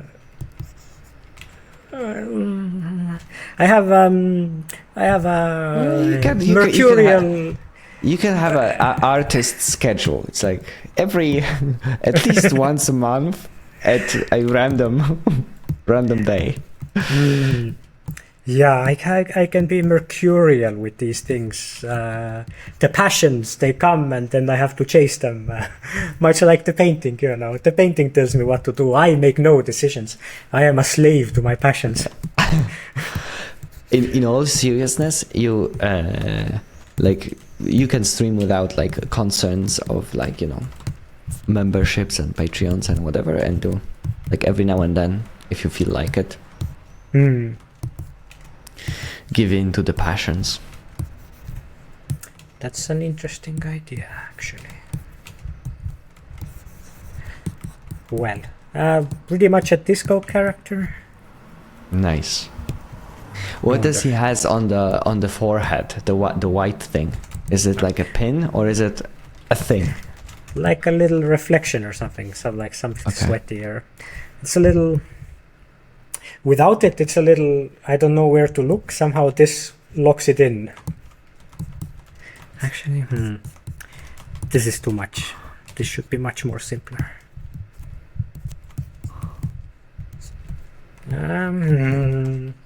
No, okay. Now you get to the place where you have to pay for the mistakes of your youth. Fix the stuff that the bad decisions. Wait, what? What were the bad decisions? What? What were the bad decisions? Sorry.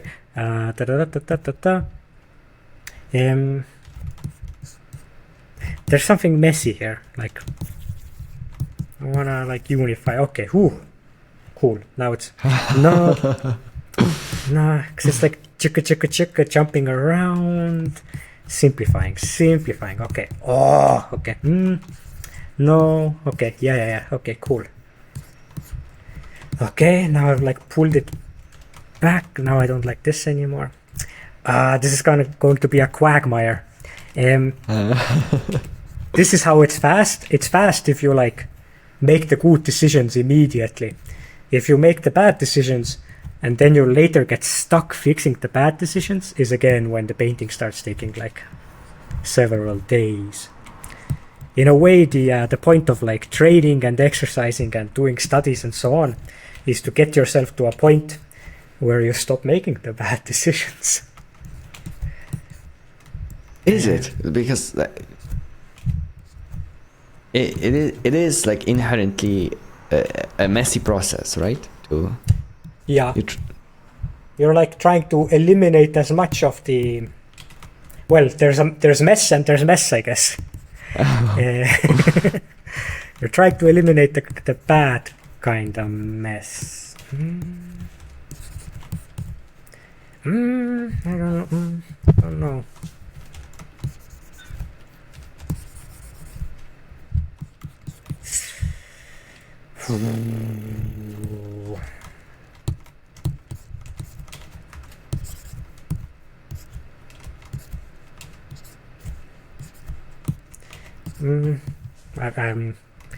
Classic quagmire stuff. Do I need this here? Maybe I need to unify shapes. In the chat, he looks malevolently flirty, almost. Yeah, the sleepy has gone. See, I like overworked it. I had a good like. Oh, the sleepy. Does the eyebrow need to be lower? Does it need to be like... No, not the eyebrow, but the eyelids.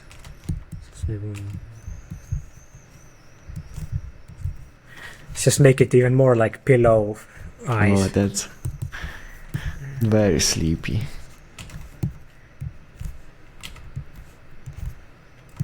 Okay. Well, you get the gist. Now it's just draw the rest of the owl. How was this guy? Oh, still bad. What the fuck? Okay, wait, no. It was like almost good. I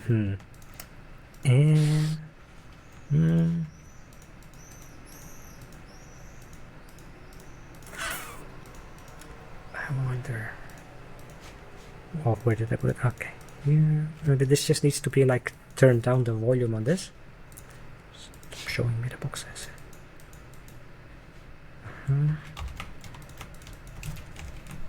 Don't like this.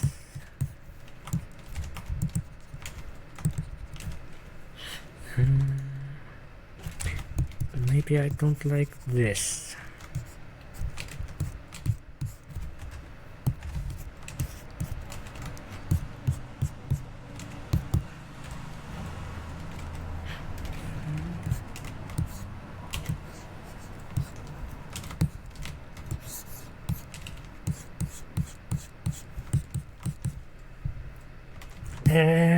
I don't know. It's just moving it sideways. Sometimes it just goes sideways.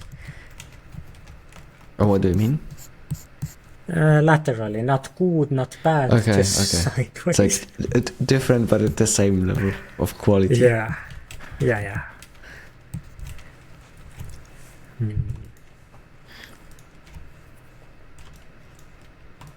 Oh, somebody said he's not vibing with the lack of background.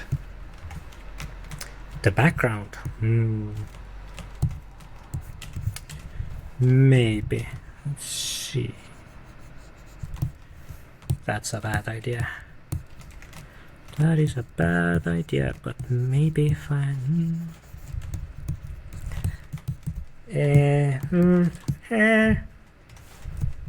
Actually, I don't know, kind of... I will leave it for now. Background. What do I do with the background? Where's this guy? Oh, the background is getting the gradient map on it. Cool. Background.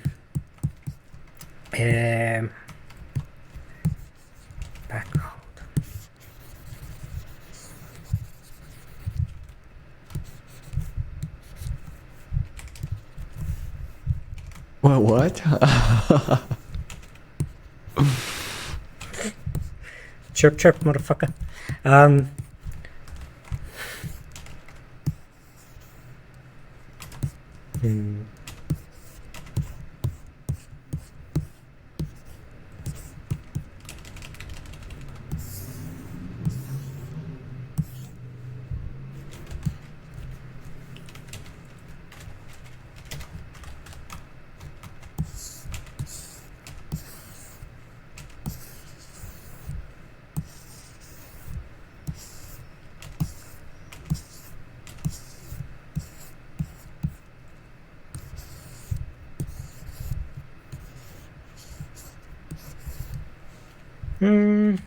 don't know.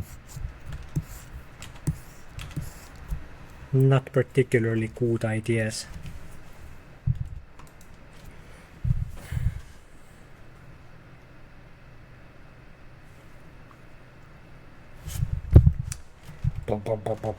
What is the chat doing? Chat said that maybe he's flirting with the other guy. Oh. That's why. That's what keeps him busy. Actually, the like blank background here to me makes sense. Like as if the poster you would hang on the somewhere. It's like decorative. It's like it's very printy. Maybe I will sell this one day. Oh. Maybe I can do. I had a thought. Maybe this is a silly thought. Oh, wait. Danger red. Sometimes it's interesting. It's a good brush for it because when you do this, the calligraphy of the line becomes important. Maybe this. I don't know. Maybe is this cool? Is this like? Does it make it more decorative? I don't know. Suspicious. I don't know if no, abort bail. No, this isn't gonna work. This is not a good idea. I don't know, but maybe if I like, maybe I'm just not doing it hard enough. Maybe. Okay. I like something about it. It's like a good dried blood red. I like that you go from like, is it good? I don't like it. Maybe I'm not doing it hard enough. And like enter red and like. I like the red. I like the red. Like when there's more red, it feels like it's like at home. Like yeah. Yeah. Okay. I kind of. Maybe. What if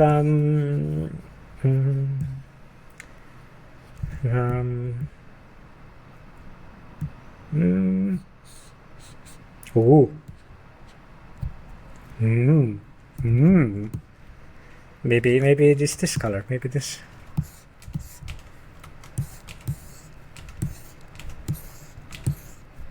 I don't know. Maybe not. I'm on the fence about it. But this is an interesting blue.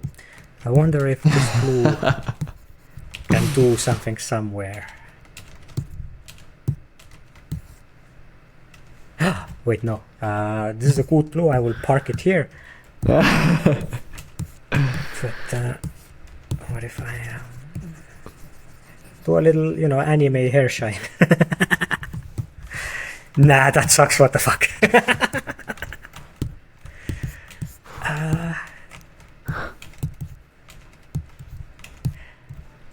I just yeah, I need to.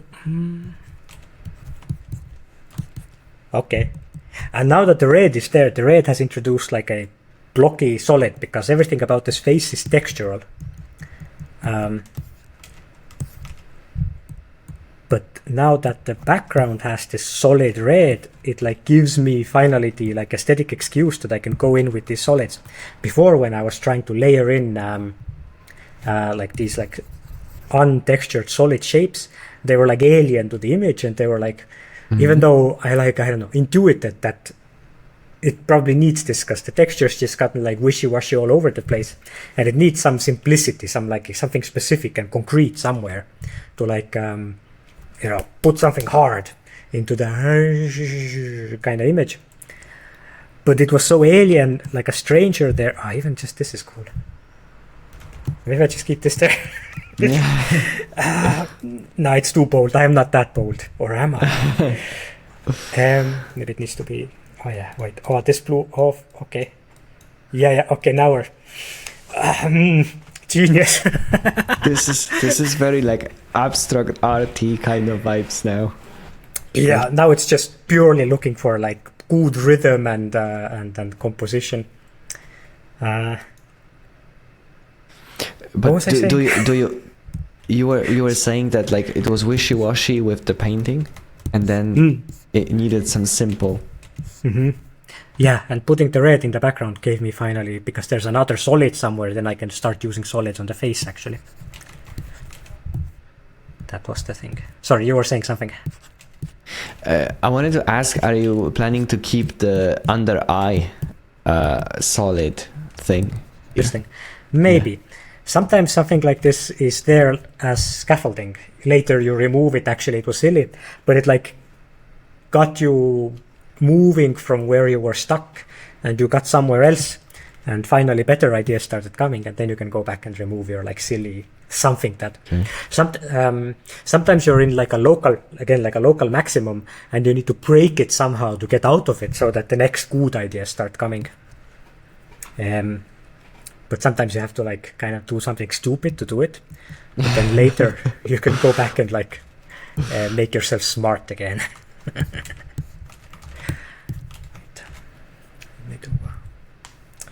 Full flip. So the background is toned, which means now I have the ability to do white, which is brighter than the background. So I can do put some sweat onto the forehead, and maybe on the nose. Ooh, it's kind of nice. Yeah, I don't know. Maybe I'm fucking it up. No.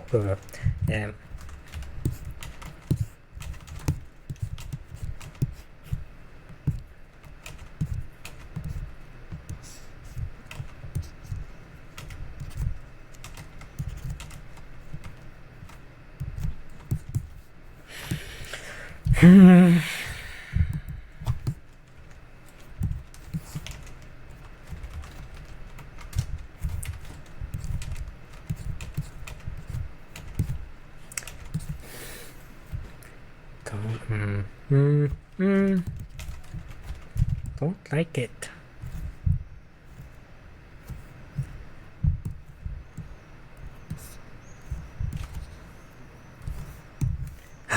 See my favorite green again. Oh. Yeah.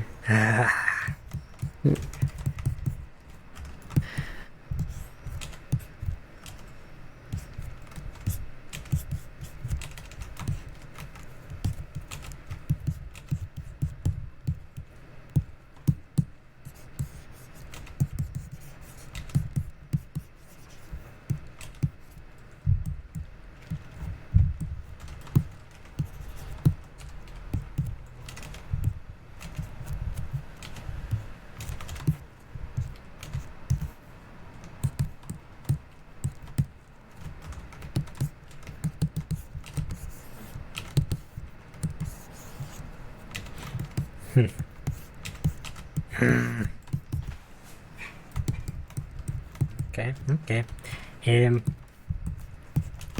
It's somewhere. It's something cool is happening, but it's wait. Okay. No. I have a feeling maybe this guy could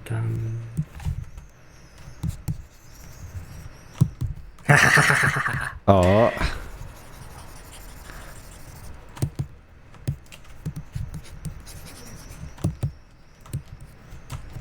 Yeah. This image has left the realm of sensibility completely, and now it's just about like cooling around.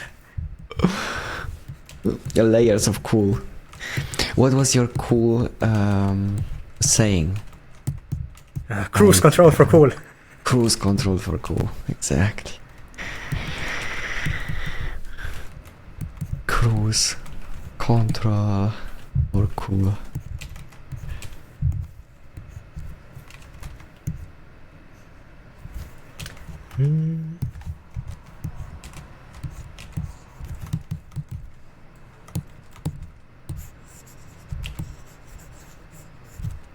Okay. Oh, the other eye got the color now.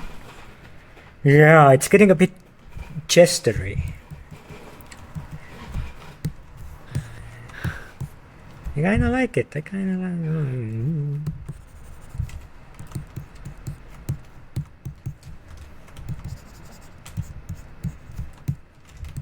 Yes, but what is it about?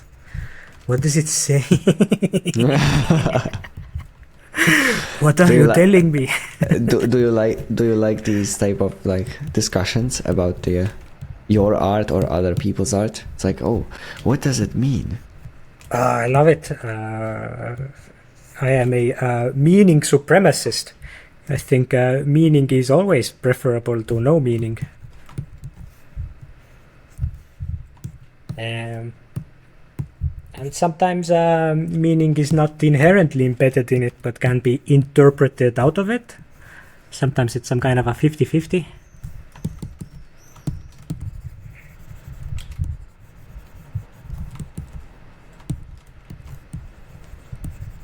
Oh, angry bird. Evil eye. Got the malevolent. There we go, sleepy malevolent. This guy is sleepy, that guy is malevolent. But it wasn't up to the standard, maybe. Oh, no. Oh. Yeah, maybe it's gotta be like... Wait, wrong. Maybe it's gotta be like... I don't know. No, it's better.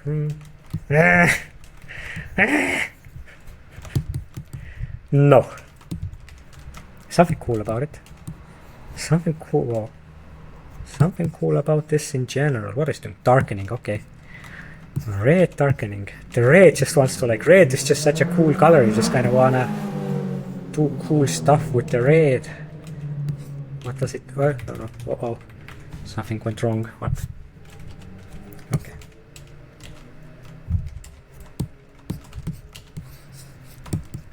Man, I don't know. Is this a red head? It's gotta be too much red. No, it happened again. something with the software? I think a keyboard shortcut is giving me a wrong brush because I'm frantically hitting the keyboard. Yeah, I don't know. I don't like the red hair. This is a bad idea. This is a bad idea. I should stop. No, go back. What am I doing? No. This doesn't work at all. Why am I even... Oh, crazy hair color. Okay, this one is kind of something. Something about it. Now I'm just kind of like, I don't know, layering texture and stuff and colors and stuff in to like intensify the image so that it's more action to look at, I guess. So it's more decorative. The swear word. Not the swear word. The curse word. Curse word. The banned word in artist circles.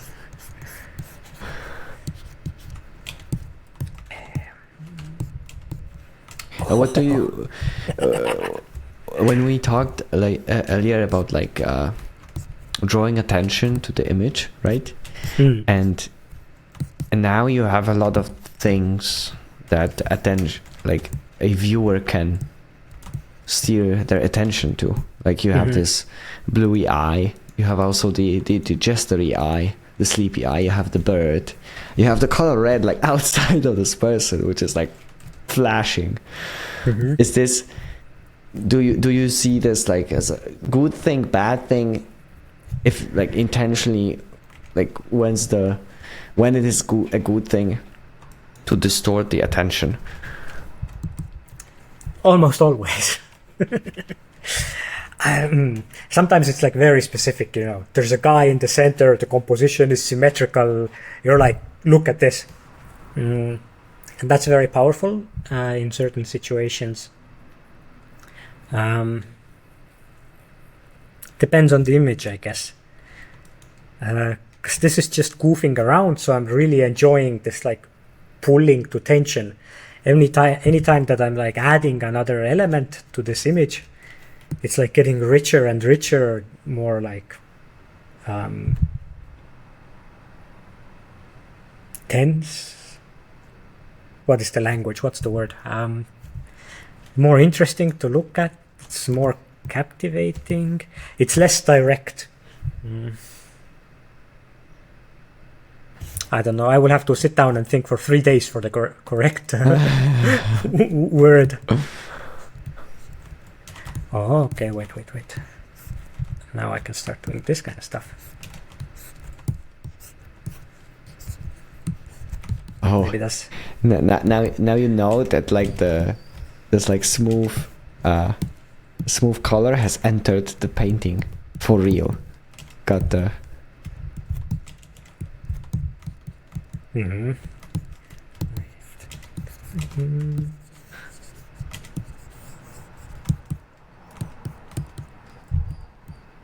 Sure. You also get to this like saturation, maybe is the word. This like saturation of elements and details, of richness, where everywhere there's something, and you can goof off with it, do silly things, as long as the sort of fundamental structure of it remains stable and the image remains readable. You can just... Chat has the correct word, accumulation. It accumulates. And you get more and more and more. And at some point there's like this runoff effect where it's just, wow, the more the cooler. And you just gotta be careful not to break the image when you're doing it. It's a kind of a maximalism. When do you break it? If you basically, whatever you're adding, as long as it's cool, it's accumulating. So what breaks it? That breaks it. Okay. Now it's too loud here under this nose. Oh. It's no longer, the structures are like broken. Whoa. Photoshop. Now it's stable. Okay. It's like I'm breaking stuff, I'm doing stuff, but the big shapes are still there. But now it's like somehow it's like harder to understand the faces. Now it's like the face is starting to get a little bit lost in it. This like light under the nose or whatever, it's too powerful. If I move it here, it's better because it continues with this shape here. Mm-hmm. So it's kind of simple, but when it was separated, it's like noise. It's like now it's distracting me from looking at it. So it can be quite fine. Man, am I gonna keep this? No.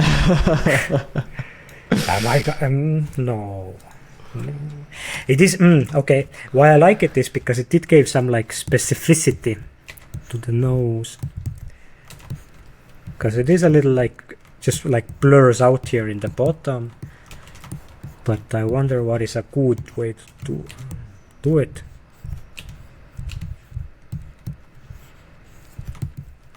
No, this all sucks. I'm stupid. Yeah. Okay.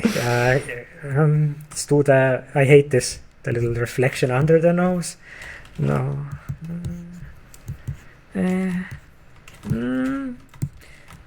No, that's silly. What if I do this? Wow. Fuck. Okay, now I have to start fixing what. Past me was stupid, and now I have to clean up again.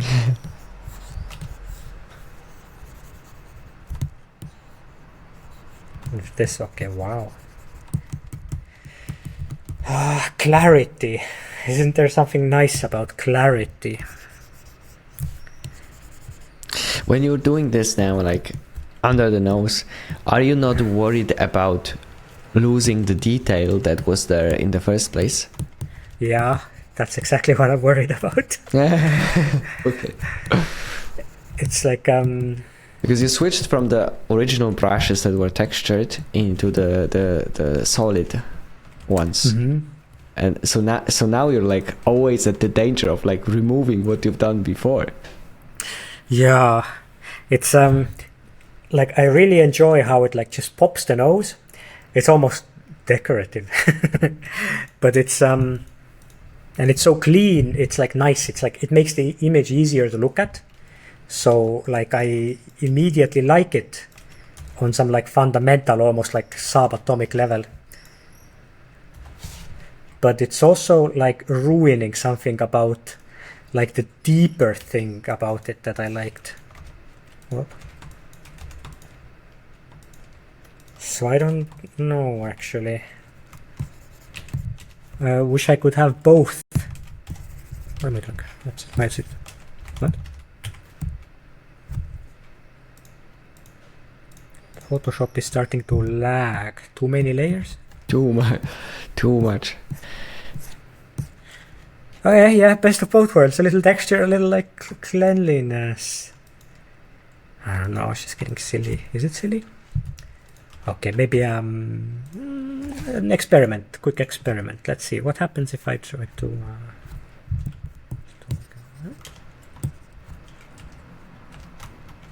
Oh, I had some wrong brush thing. Man. I need to look at my shortcuts. Okay. Wow, cool glazing. So, looking at the value structure. Oh, going monochrome, not to be distracted by the colors. Yeah. This isn't gonna work.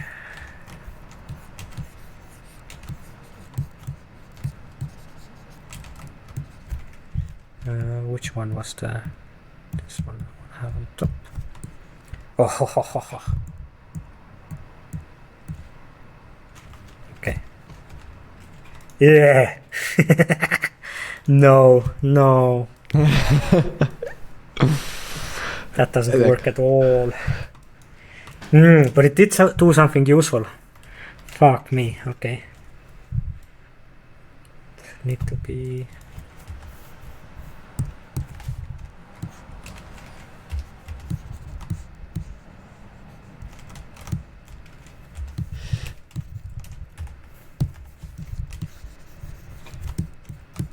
I don't know.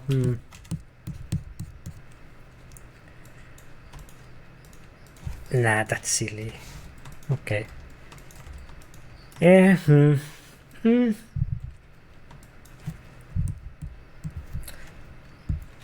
Paying for past mistakes.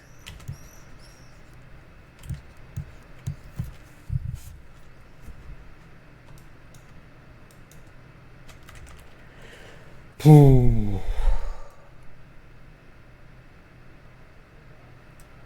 You can feel, like just by watching you can feel like the pain and the effort and all the discussion with this image. It's like, no this, no there, no this, no there, like this, like I don't like it, I push it here, push it back, 2 steps forward, 1 step back. All this like can be felt just by watching. It's a constant negotiation with yourself. Oh, okay. Oh, yeah. Okay. Cool. Wait. Cool. This is cool. This is doing something good. Maybe. Cause it's like putting some shape into the hair. Don't know, is it like? Oh. Okay. Something specific about this. Oh, fuck me. Can I I have a dirty mouth. I say swear words a lot. Yeah. By the way, it's 1 hour later at your place, so you're like 10 p.m. already, right? 10 Yeah. p.m. 20. Okay, then we're live for almost 3 hours. So. Oh shit! Time flies. Yeah. So, if we want to do some Q&A, I think we should like slowly wrap up the screen share part, right? Sure. Do you want like a break or something? I wonder if I can do the Q&A while I'm painting. Then I can like stop when I have to. We can do that. We can do that if you want. Sure. Let's try. Do you want a break before? Like, do you want like? No, fuck it. Let's just go. I am high energy right now. Right. So for everybody in the chat, I will post the link again. I hope it still works. We'll see. I have the questions there that you submitted and voted on. So, the first question. Do you have any favorite books or some other sources which you can learn the fundamentals from? I do. The best book on painting is Richard Schmidt's, I think that's his name, Alla Prima. This will teach you how to paint with oils. Amazing book, highly recommended. Richard Schmidt, Alla Prima. Then, if you want to learn how to draw, can't do better than Scott Robertson, How to Draw. Alla Prima 1 or Alla Prima 2? Start with 1. I think 2 is, I wonder, is it like even a different book or is it like just an expanded version? It says expanded edition. So either or, I guess 2 will give you more knowledge. Seek the knowledge.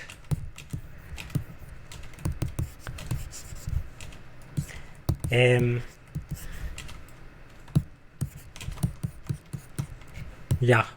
And then the drawing one, Scott Robertson, How to Draw. How to Draw, is it? Scott Robertson, How to Draw. Nice. I'm pasting the links in the chat for people interested. Yeah. This is like very concept art oriented. You know, how to draw cool cars and stuff. But it also goes over like fundamentals. You learn perspective, how to draw ellipses, etc. You learn how to multiply distances into perspective. Useful techniques and tricks. And it's also very like structured and educational. It just really breaks everything down into parts. It starts with like how to draw a straight line freehand. So it's like the opposite of the usual art education book. It's actually good.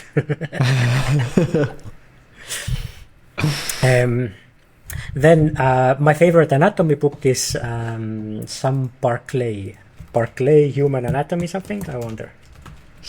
Barclay Human Anatomy. No, wait, I need to... Barclay Anatomy. I'm misremembering the name.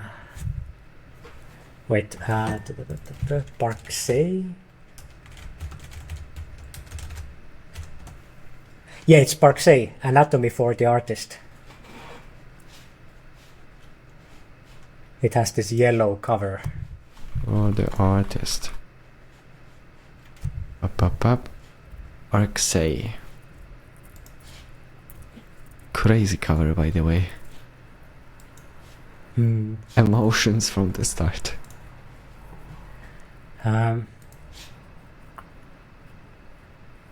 That's the anatomy one.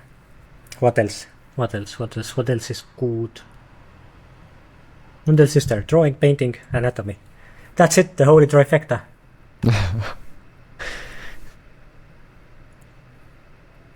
I have a feeling I'm like forgetting one specific book, but I can't remember right now. Well, if I remember. You learned from the books mostly, or from other people, or through like your own practice? Mix and match. From on the internet, of course, you have the Brocco and stuff. I don't tell Mr. Watts this, but I pirated his like excellent Alan Watts, I think is his name. Lessons of CG Peers a long time ago. No, Watts Painter. What is Watts Atelier?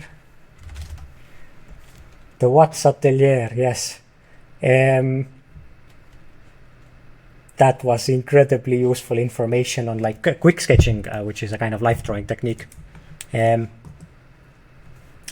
think there's like a webpage you can get learn traditional art taught by masters starting at $79 a month. That is fantastic. Watts Atelier, highly recommend it. Watts Atelier. Mm-hmm. And then on YouTube you have Brocco, who's doing good stuff, breaking stuff down. Yeah.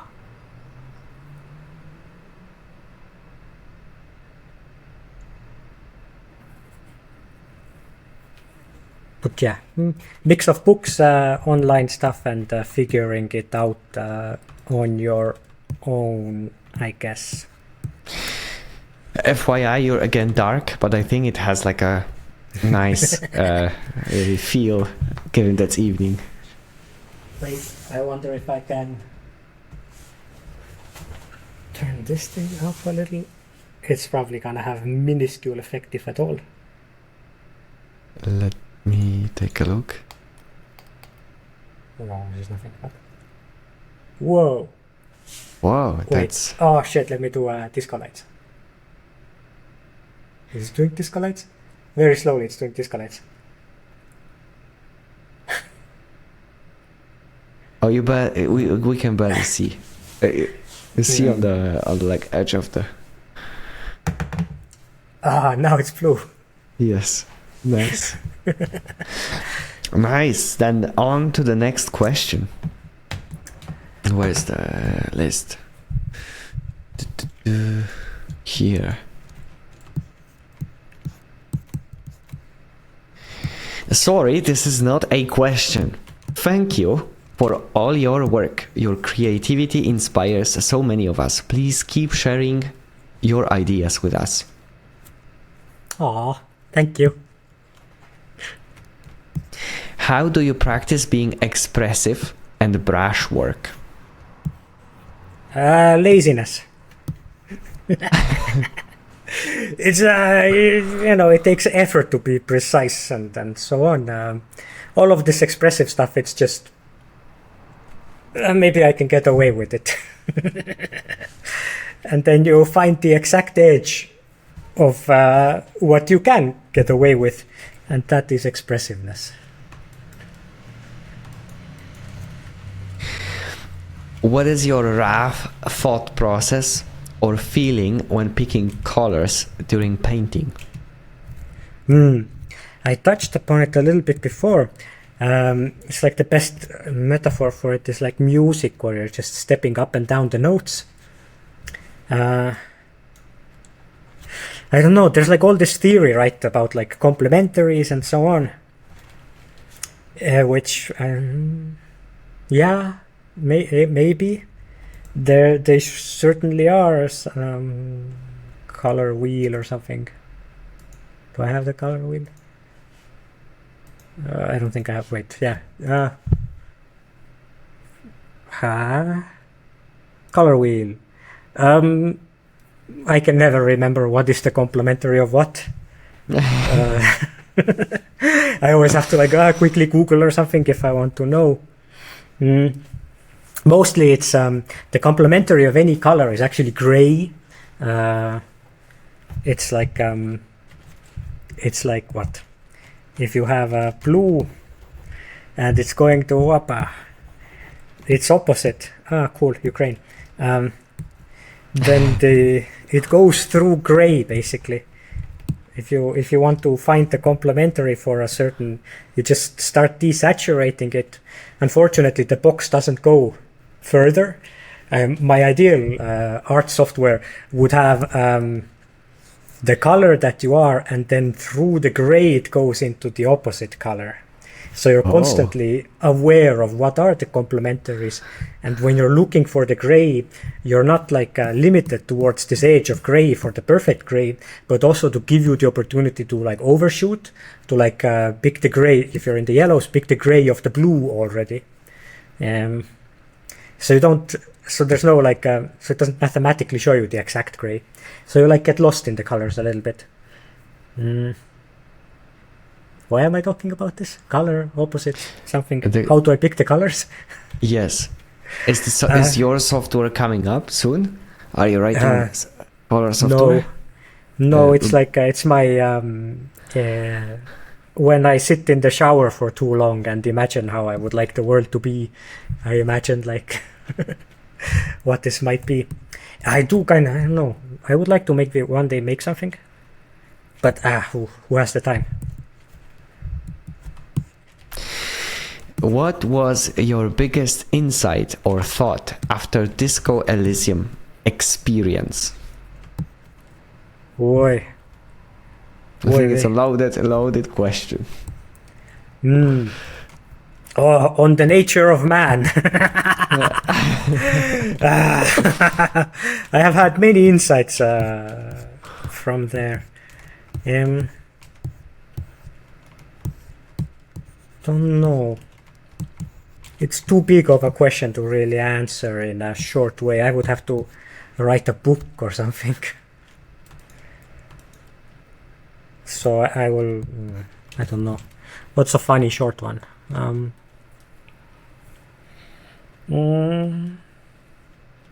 Maybe something regarding an emotion or a character portrait that people bonded well over. Don't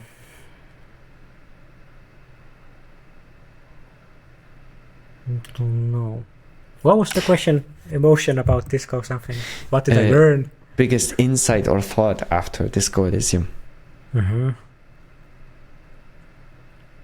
I don't know. It's my brain doesn't parse. Next one, I guess. I'm sorry for skipping it. I don't know what to say. I can change it, maybe make it a bit more down to earth, so less deep, but maybe easier to answer. If you could change one thing you've done for Disco Elysium, what would you change? Oh, interesting. Hmm.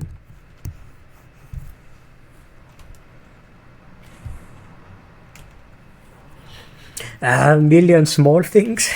Okay. I don't know, not happy with some of the portraits and stuff, not happy with some of the environment stuff. It's why it's hard to like answer this is because it's so big, and then to pick like a small thing, my mind is racing through all the extremes.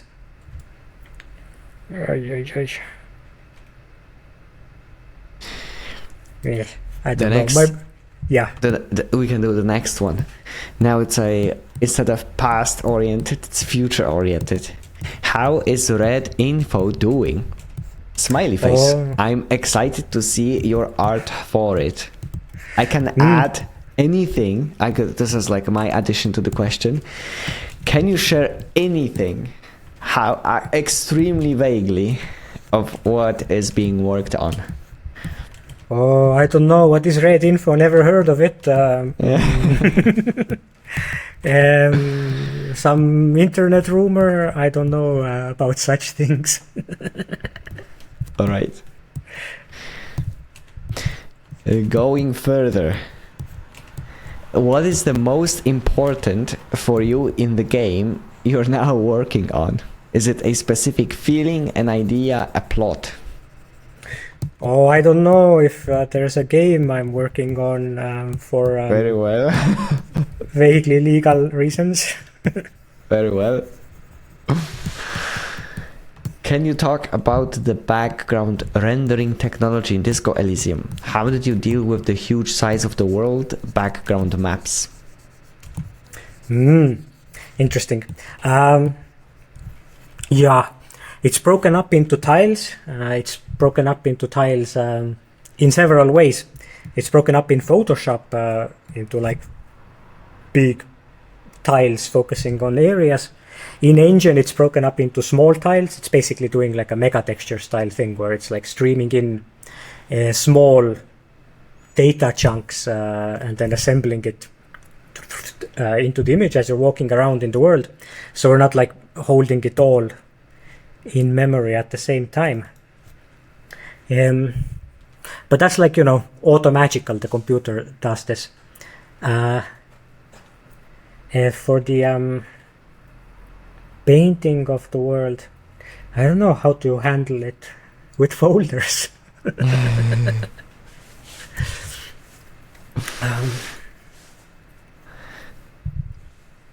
Your portraits and figures always have so much personality to them, whether the distinguishing factor is stroke, color, rendering, shapes.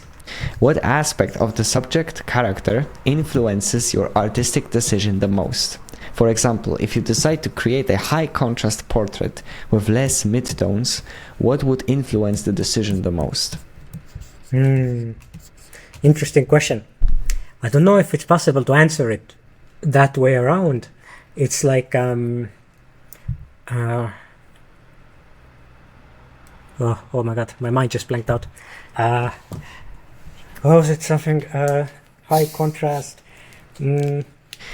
So the question was about like the distinguishing factor, like either sometimes it's a stroke, a color, rendering, shapes, and what influences your decision, artistic decision for a given subject or character the most? Some kind of an intuition on how to depict the kind of psychology that needs to be depicted. You kind of vibe it out if a person is like mild-mannered or soft. It's just you naturally go towards this softness of the image. If there's something stark about them, something sharp about them, you do the lighting in the same way. You kind of intuit it out. Sometimes you don't even know it in advance, but you try something and you just see that it's wrong, actually. Like it's a big part of a character is also their name, and names already are like loaded with this like semantic information. So it's so if someone's like name sounds soft, you can't draw them in a sharp way with like a sharp light or something. Or if you do, you know, there's gotta be a reason. There's something mysterious about them. You're doing some kind of a trick with it. So it's like all comes together and everything informs each other. At the same time, sometimes depending on how the work is going, you know, the artist might be there first, so to say. So already making a portrait for a character that's like only slightly written, and then the sharpness of the portrait might influence the way that the character is written, that they like make more sharp statements or whatever. Yeah.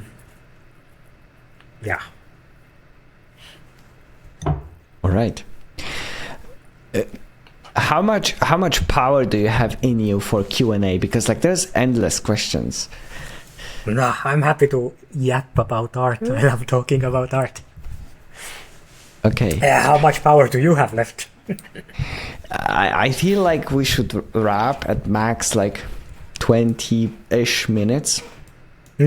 I think. So sure. That sounds reasonable.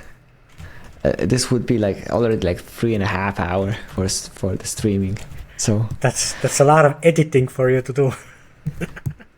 That's fine. How did you develop your own way of drawing characters, faces, etc.? You just kind of draw and you figure it out. I don't think there's it just happens.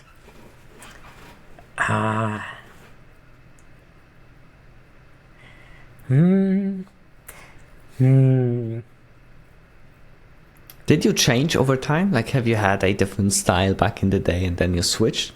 Yeah. Let me see. These days, well, it's less to do with characters, I guess, and more to do with drawing itself. I used to draw like in my sketchbooks. Were very I would really spend the time in them, and I would like render the drawings and like scratch. But now, you know, also I was in like I don't know, school or uni or whatever, or just had some kind of a youthful energy in me to do it. But now I'm like very impatient or whatever. I'm old, gonna die in like too few years or something. So it's you gotta be efficient with it.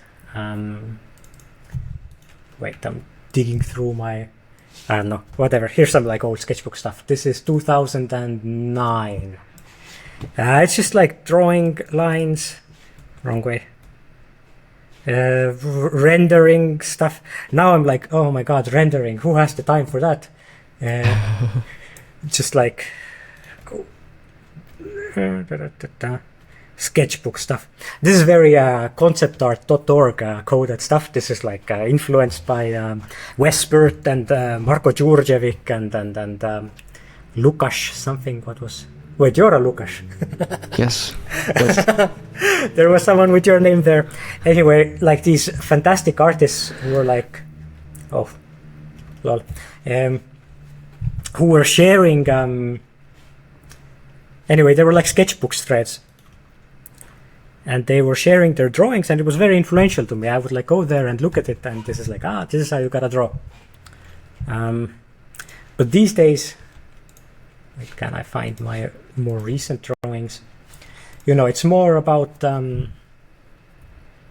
trying to do like one line that like does all the work of like 20 lines or something.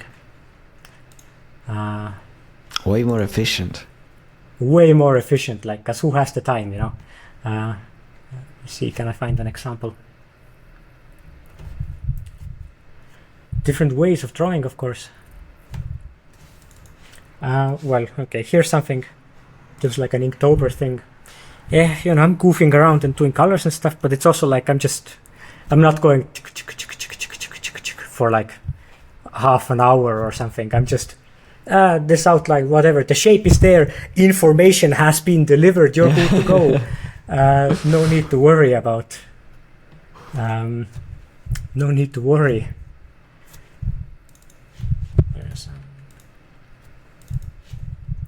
Yeah, just line. Line does it. Or even like whoosh. Alright, this is a pretty good one. So it's a very different way of drawing. That much has changed for me over time. What was the question? The question is, how did you develop your own way of drawing characters and faces?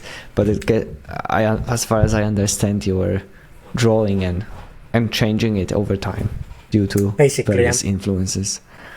It's also kind of like, don't want to get stuck doing the same thing. I have like an allergy towards like repeating myself. So it's like every few something I try, I'm like, I will try a new technique, or I will try to figure out another way to make an image, or like move away from certain tricks that I used in the past. Because if you just get stuck repeating yourself, it's like, I don't know, your style. Yeah, you. It's about the image, like with capital letters, understanding of image, not about developing your style. Is the video game aspect influenced? Like, does it change how you paint as well because of the, for example, efficiency stuff? Like, was this influenced by, hey, like it needs to be delivered as a game, like we gotta rush for the deadline? Or... Mm-hmm. Definitely. Like for the portraits, the style was developed to be like very like fast and efficient to paint. But it's also, the video game is a work of art. It has like a tone, it has like a theme, it has a vibe to it. Something that it's trying to do, effect that it's trying to achieve. So you need to tailor the entire art style towards this goal, to the effect that you want to achieve. So a certain like splashy, painterly style worked for disco, because it's very subjective. You're like in this guy, and the guy is like losing his mind or whatever, melting away from this world. So this like abstract painting style is like tailored towards that effect. If I were doing a different game with like a different vibe to it, a different kind of a main character, a different reality, I would not do it the same way. It wouldn't be about brush strokes in that way, for instance. I would find another trick to use and to build like an entire art style out of.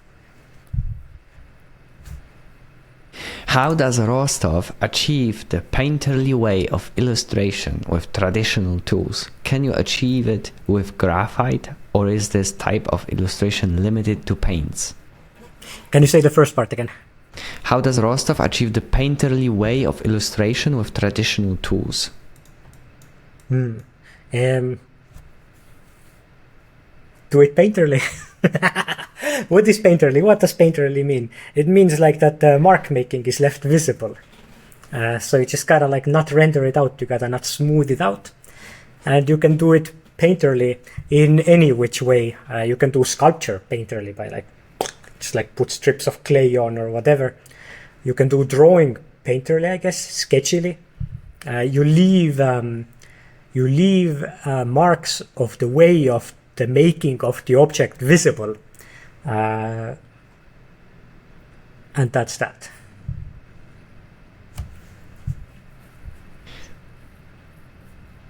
Just wanted to say thank you for your art, Rostov, and wish you and Robert and Helen, to quote Mayakovsky, to shine all the time, shine everywhere till dusk of the last day. Shine on, and not a single nail. Kind regards. Thank you. I will relay the kind words. I read most of the old Estonia blog. You developed the skills after a mental health conference in Estonia, but the symmetrical shapes on the seam to be already incorporated. This makes it something really stylistic. Would you consider this part of the Rostov style? The question is like a little bit like the sentence has a bit of a conference. I'm not sure I know the what. I think the bulk of the question was the symmetrical shapes seem to be incorporated. Is this something stylistic you would consider a part of your... Oh, wait, I think there's some images that I did for some kind of a thing that kind of looked like the skill portraits, yeah. A long time ago before. Yes, it is the Rostov style. It was a kind of an exercise of symbolism, how to convey an emotional state or something without words in an image. It was one of the earliest times that I did that kind of symbolic stuff. Yeah, wow, that's some deep lore. Deep lore.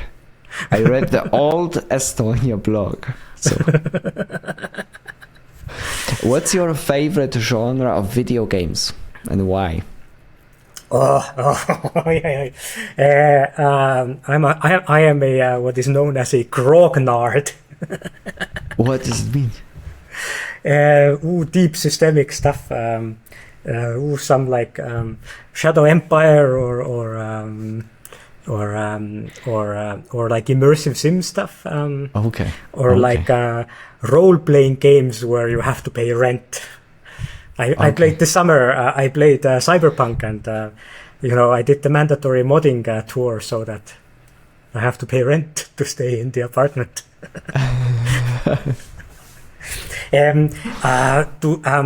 I like games where you kind of make the story, where you can really believe the fiction, and where the game gives you the tools to like really direct yourself a serious experience, something that you can take seriously and believe the world that is presented to you and the systems that make it happen. There's a question: how do you find your own style? But I think we sort of covered this. There's a question: does Kuno gives a fuck? Which is Kuno would love you to think no, but of course he does. Were you part of developing the conceptual cup? What's that?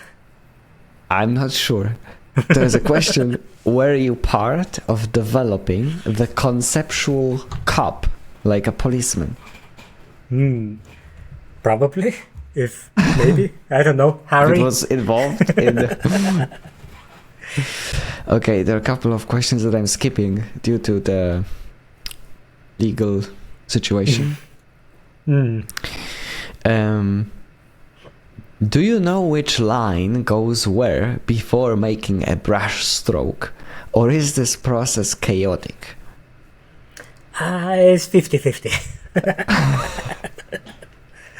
Sometimes you know what you want. Sometimes you make a mark and you see, whoa, that's not the right one, but you don't know the correct one. And sometimes you make a mark and it tells you what the correct one needs to be. Okay, there's one philosophical one. I will like allow this one, but probably if there are more like this, then I will skip them. Do you think that all reality is consciousness? Oh, interesting. Yes and no, as with all things.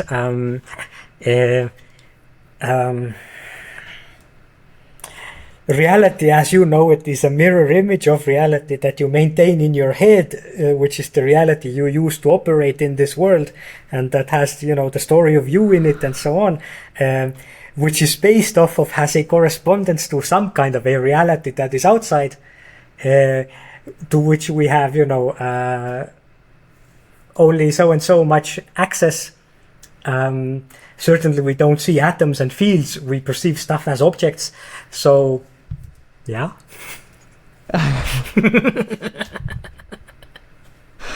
How much does the place you grew up in influence your art? Oh, it is only about the secret mission of my art is to export Tallinn to the world.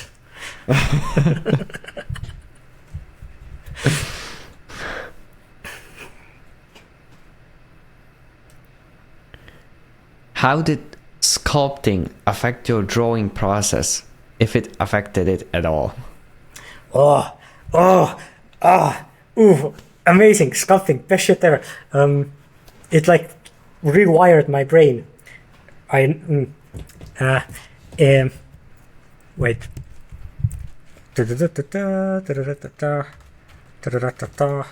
Oh my god, get the box.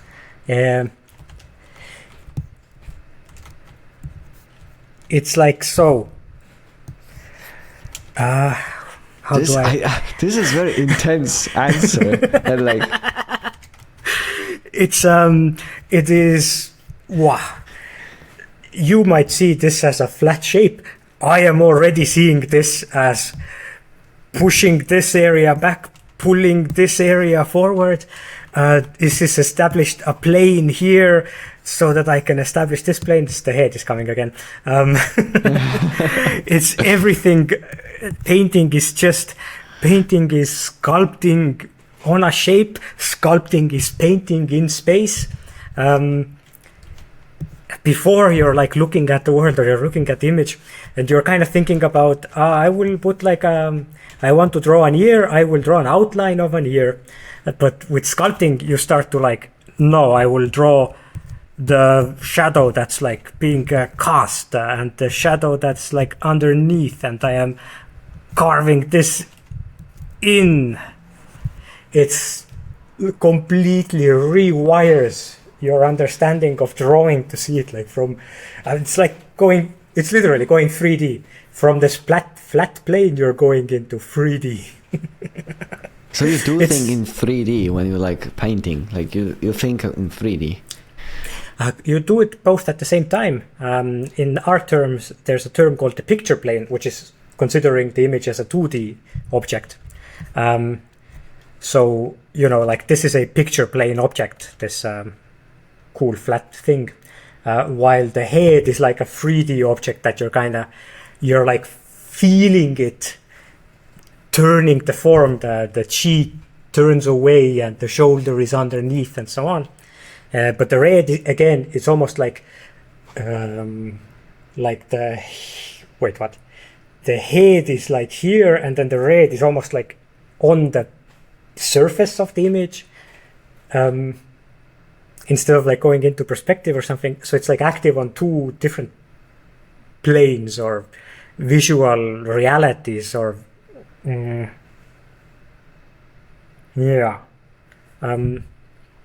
so it's like you do both basically, and if you do both, you can do more interesting stuff. It's it's constantly doing this tension and adding more interesting elements into the image.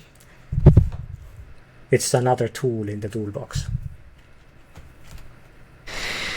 What is your favorite part of the body and face to paint? If the question, yeah, exactly. Like if the question mark was like after the what's your favorite part of the body, I would be like, but to paint. In the face, I really like this. I like the underbrow. I think you saw me a couple of times establish a face by putting just this there. That is, it does so much. If you have a few things established in this, puts the character into the image. In the body, let me see. I really like the rib cage. When I draw a guy or something, I oftentimes is this a drawing brush? Kinda. I oftentimes start with the rib cage, and then you pull the belly out and the hips or whatever. And then I also love the shoulder. You put the shoulder on, you put the arm, whatever. But it's the rib cage. It like already establishes so much, and it also does this thing. It does the flat and the 3D thing, where you might see this as like a circle, but I am seeing this as a sphere. I'm already like, when I put down, if I start drawing a face from a circle, it's already telling me that, that this is happening, that there's a space there and like shape. I'm not drawing it, but I'm feeling it. I draw the circle, but I already see that the jaw would come and the brow, whatever. Someone stop me. I have started drawing again. Next question.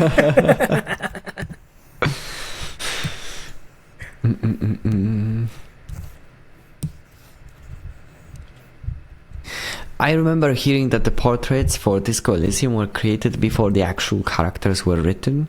How much do you think that influenced how the characters' personalities turned out?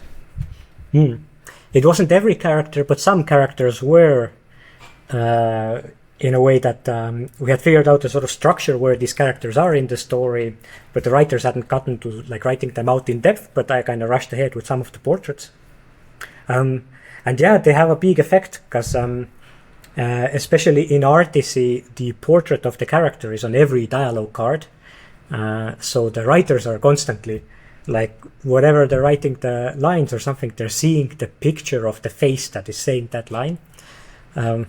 So, like, consciously and subconsciously, it's like affecting the tone of the words that come out from the mouth of that character. But it's like a back and forth. Sometimes the writers will then like ask for some changes in the portraits as well. Would you consider any of your works to be your personal best? Personal bests? Yeah, some are better than others. But absolute bests. Can I flip the question and say, what are you the most proud of from your work? Because then you don't need to say like, oh, this is an absolute best, but like for the current moment, like. Oh my god, I am blanking or maybe, out on all maybe of my we art. don't need to do like an absolute best of all of the art, but like one of the things that you're most proud of. I do have a specific image actually. I wonder what year did I make it. I was painting with Sergei Kolesov's brushes. Now that man is a great artist of our age. He did some of the Dishonored stuff. He painted the paintings of Dishonored 2, and also a lot of stuff for Dishonored 1 as well. And then I had stalked out his brush set, as one does on the internet, and I had found a brush that was extremely nice. Wait, I wonder, do I have the brush?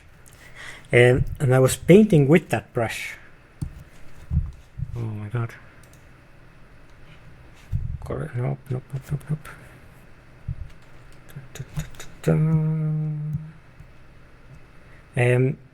I did a bunch of the character concept arts for Disco with it because it's a certain way to.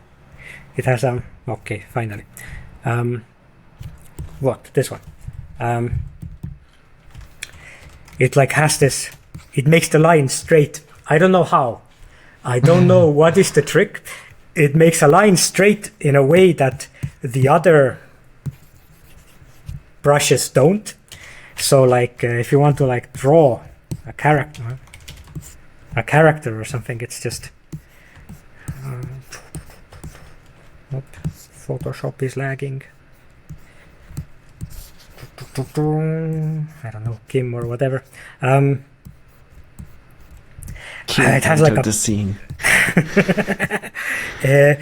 There's like some kind of it feels pencily, but it's not like imitating pencil, but it feels pencily. And I mostly use it for drawing, but then also it's possible to paint with it. Can I think easiest I will find it on ArtStation.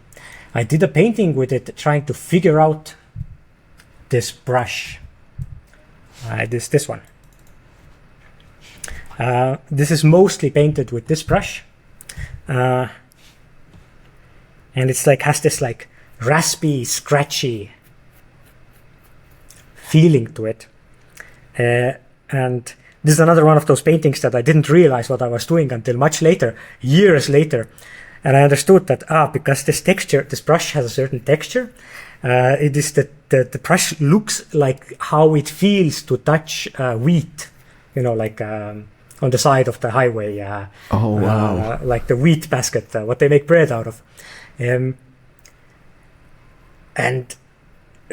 without planning to or anything, just painted this character, just figuring out this brush. it just happens so that the character is touching the grass because it's the texture of wow. that brush. This is, I don't know if the year is accurate here, it's just the upload year, 10 years ago. Well, a long time ago that I painted this. And so it's like feeling out this brush by painting this image. And also the image is also doing the classical trick again, where the eyes are in the shadow with little dots of light. But this is the like active area where you want to look, so you're constantly being pulled between the eyes. And the interesting part that's here, yeah. Nice. I guess this is a painting that I like. It's one of my early artsy ones, I guess.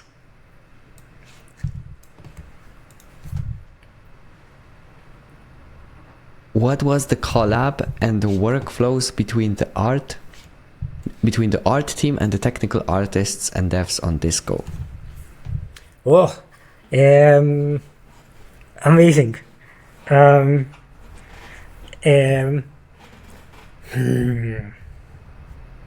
Broad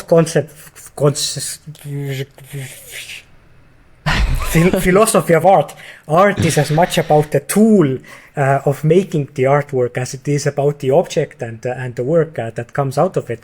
It's this like process, and the tool is embedded in it. Oil painting became possible when you discovered that you can mix pigments in oil, and suddenly you can make a very different paintings than what the paintings were before that.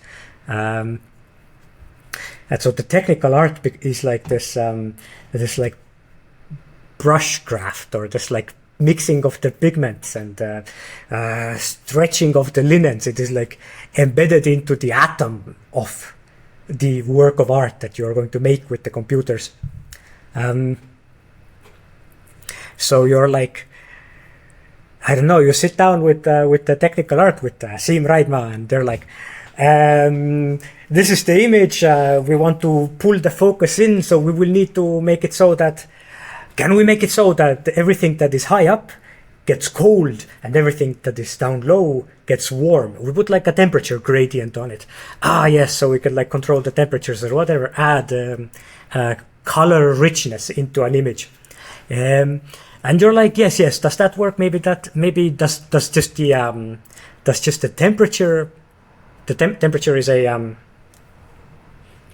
formula or whatever that's like well defined. It's the same thing that the color photo grading stuff does. Or do we want to use like specific colors that you do it? Maybe we want to like use overlay to do the vertical stuff and multiply on the bottom or something. Maybe we want to use matte caps to add a color information into shadow areas depending on the normal surfaces of the normals. So you're like you just have this like person and team of people to like break apart the image into its like subatomic components, figure out what is like feasible and possible to do with computers, what is calculatable and what is not. Does the effect run away from you, or can it be controlled or something? And it's like you enjoy the process a lot. I love it. Figuring shit out is my favorite thing to do.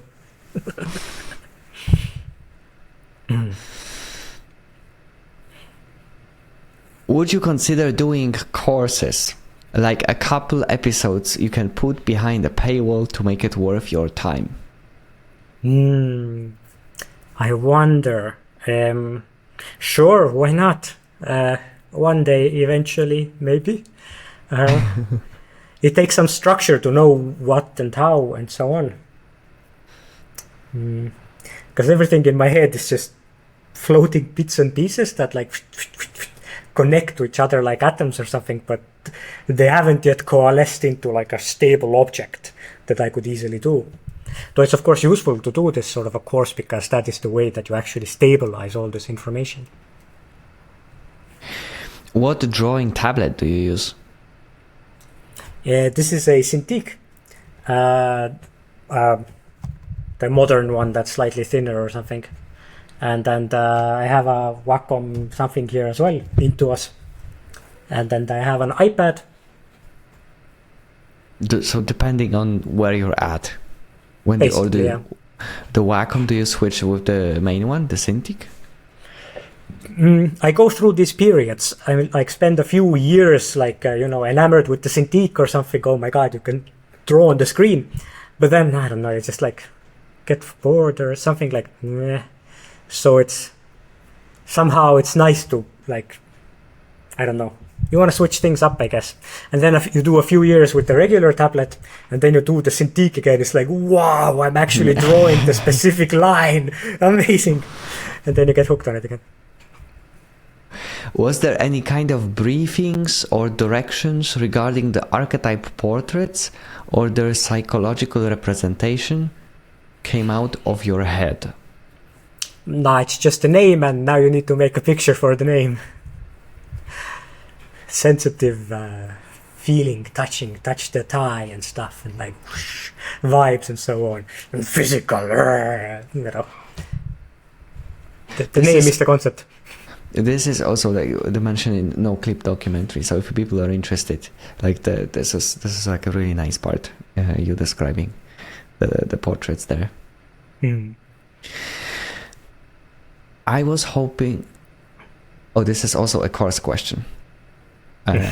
People are interested in your course. Like maybe it's something to consider to structure this into a couple of lessons and make it like it.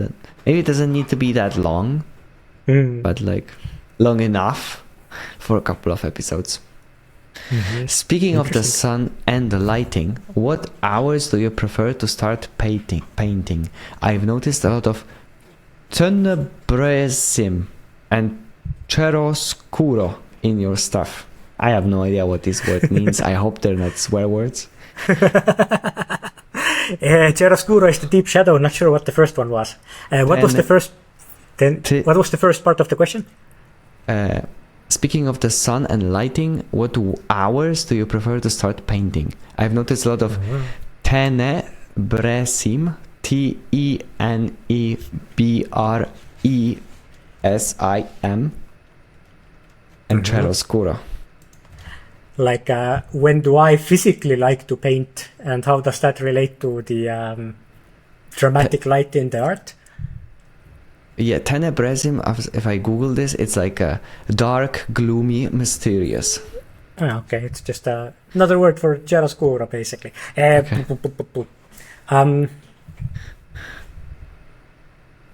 Well, I like to paint whenever. I used to really like painting at night when I was a jobless bohemian. Because during the day, people, stuff, whatever, MSN Messenger blinking and stuff. But then at night, the sun goes down and there's this like, the moment becomes infinite. It's not like the moments are passing, but like all of night is like one long moment. So it's like easier to get into the image and spend the hours painting. But now I'm a respectable citizen, Bürgermeister in the city of Tallinn. I have to get up early, etc. Now I actually like to paint like early in the morning sometime. Like sometimes if I'm like trying to work an image or something, it's like the first thing I do before having coffee. Ooh. Which is really fucked up, I know. Wow. What time do you wake up for the early sessions? 8 maybe, 8ish. Okay. Yeah. So it's not like half night that you wake up to do like the sunlight wakes me up, and then it's like, okay, before I have to do citizen obligations, I have like I have squeezed out this like secret first hour or two of the day to like do some stuff in. It's also, I've noticed the brain is the best in the morning. I can only write in the morning as well.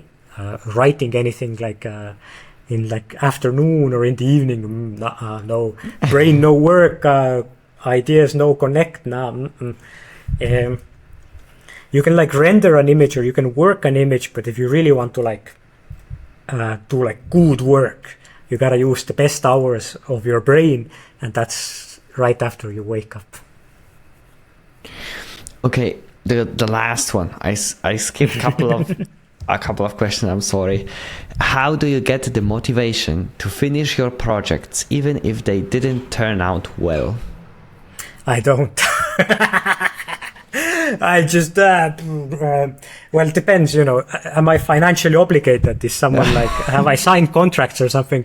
Oh my God, okay, whatever, let's just do it, get it over with or something. No, it has to be good, oh my God, force yourself responsibility. But if not, if it's something that you're doing and it's, I don't know, not coming together, you haven't promised anyone about it, whatever, just it's going to be in the archive folder forever. Maybe you will find it in 2 years and cool, it's something cool, I will do something with it. But whatever, start on the new one. All right, Rostov, thank you so much for joining me. For everybody, thanks for joining us as well. Can you remind me the website?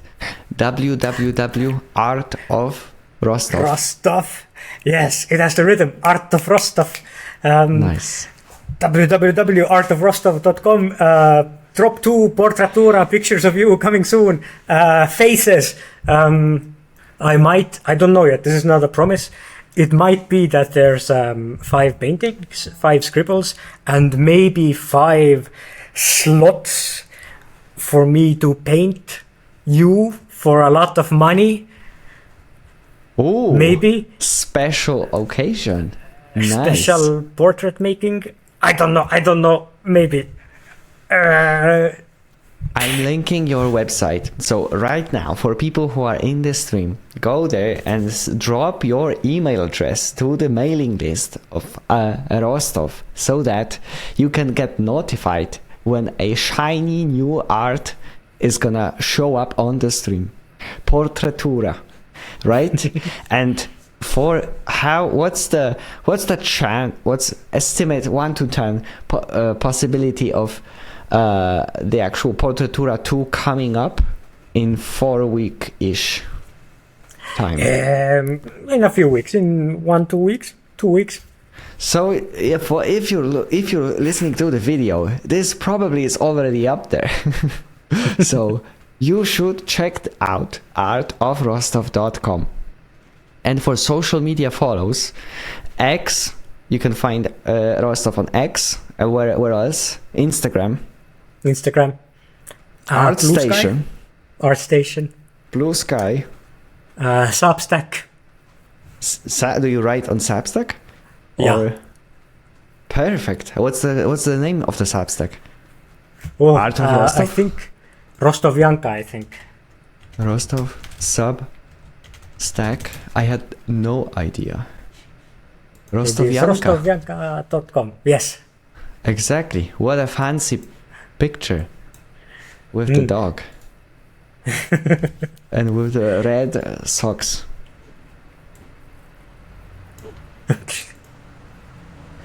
Oh, on the about. Oh shit, I forgot I had that there. Yeah.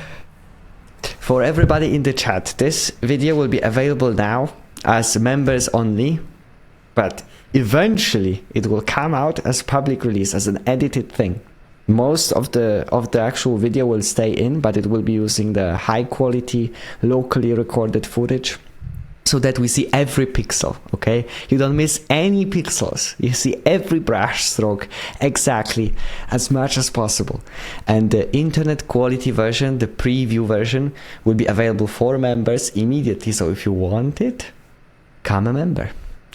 And that's it. Rostov, please stay in the call because it will actually need to upload your video. Depending on your internet, it might be already done or not. And for everybody, thank you for your time and attention. Bye-bye. Thank you, everyone. Bye.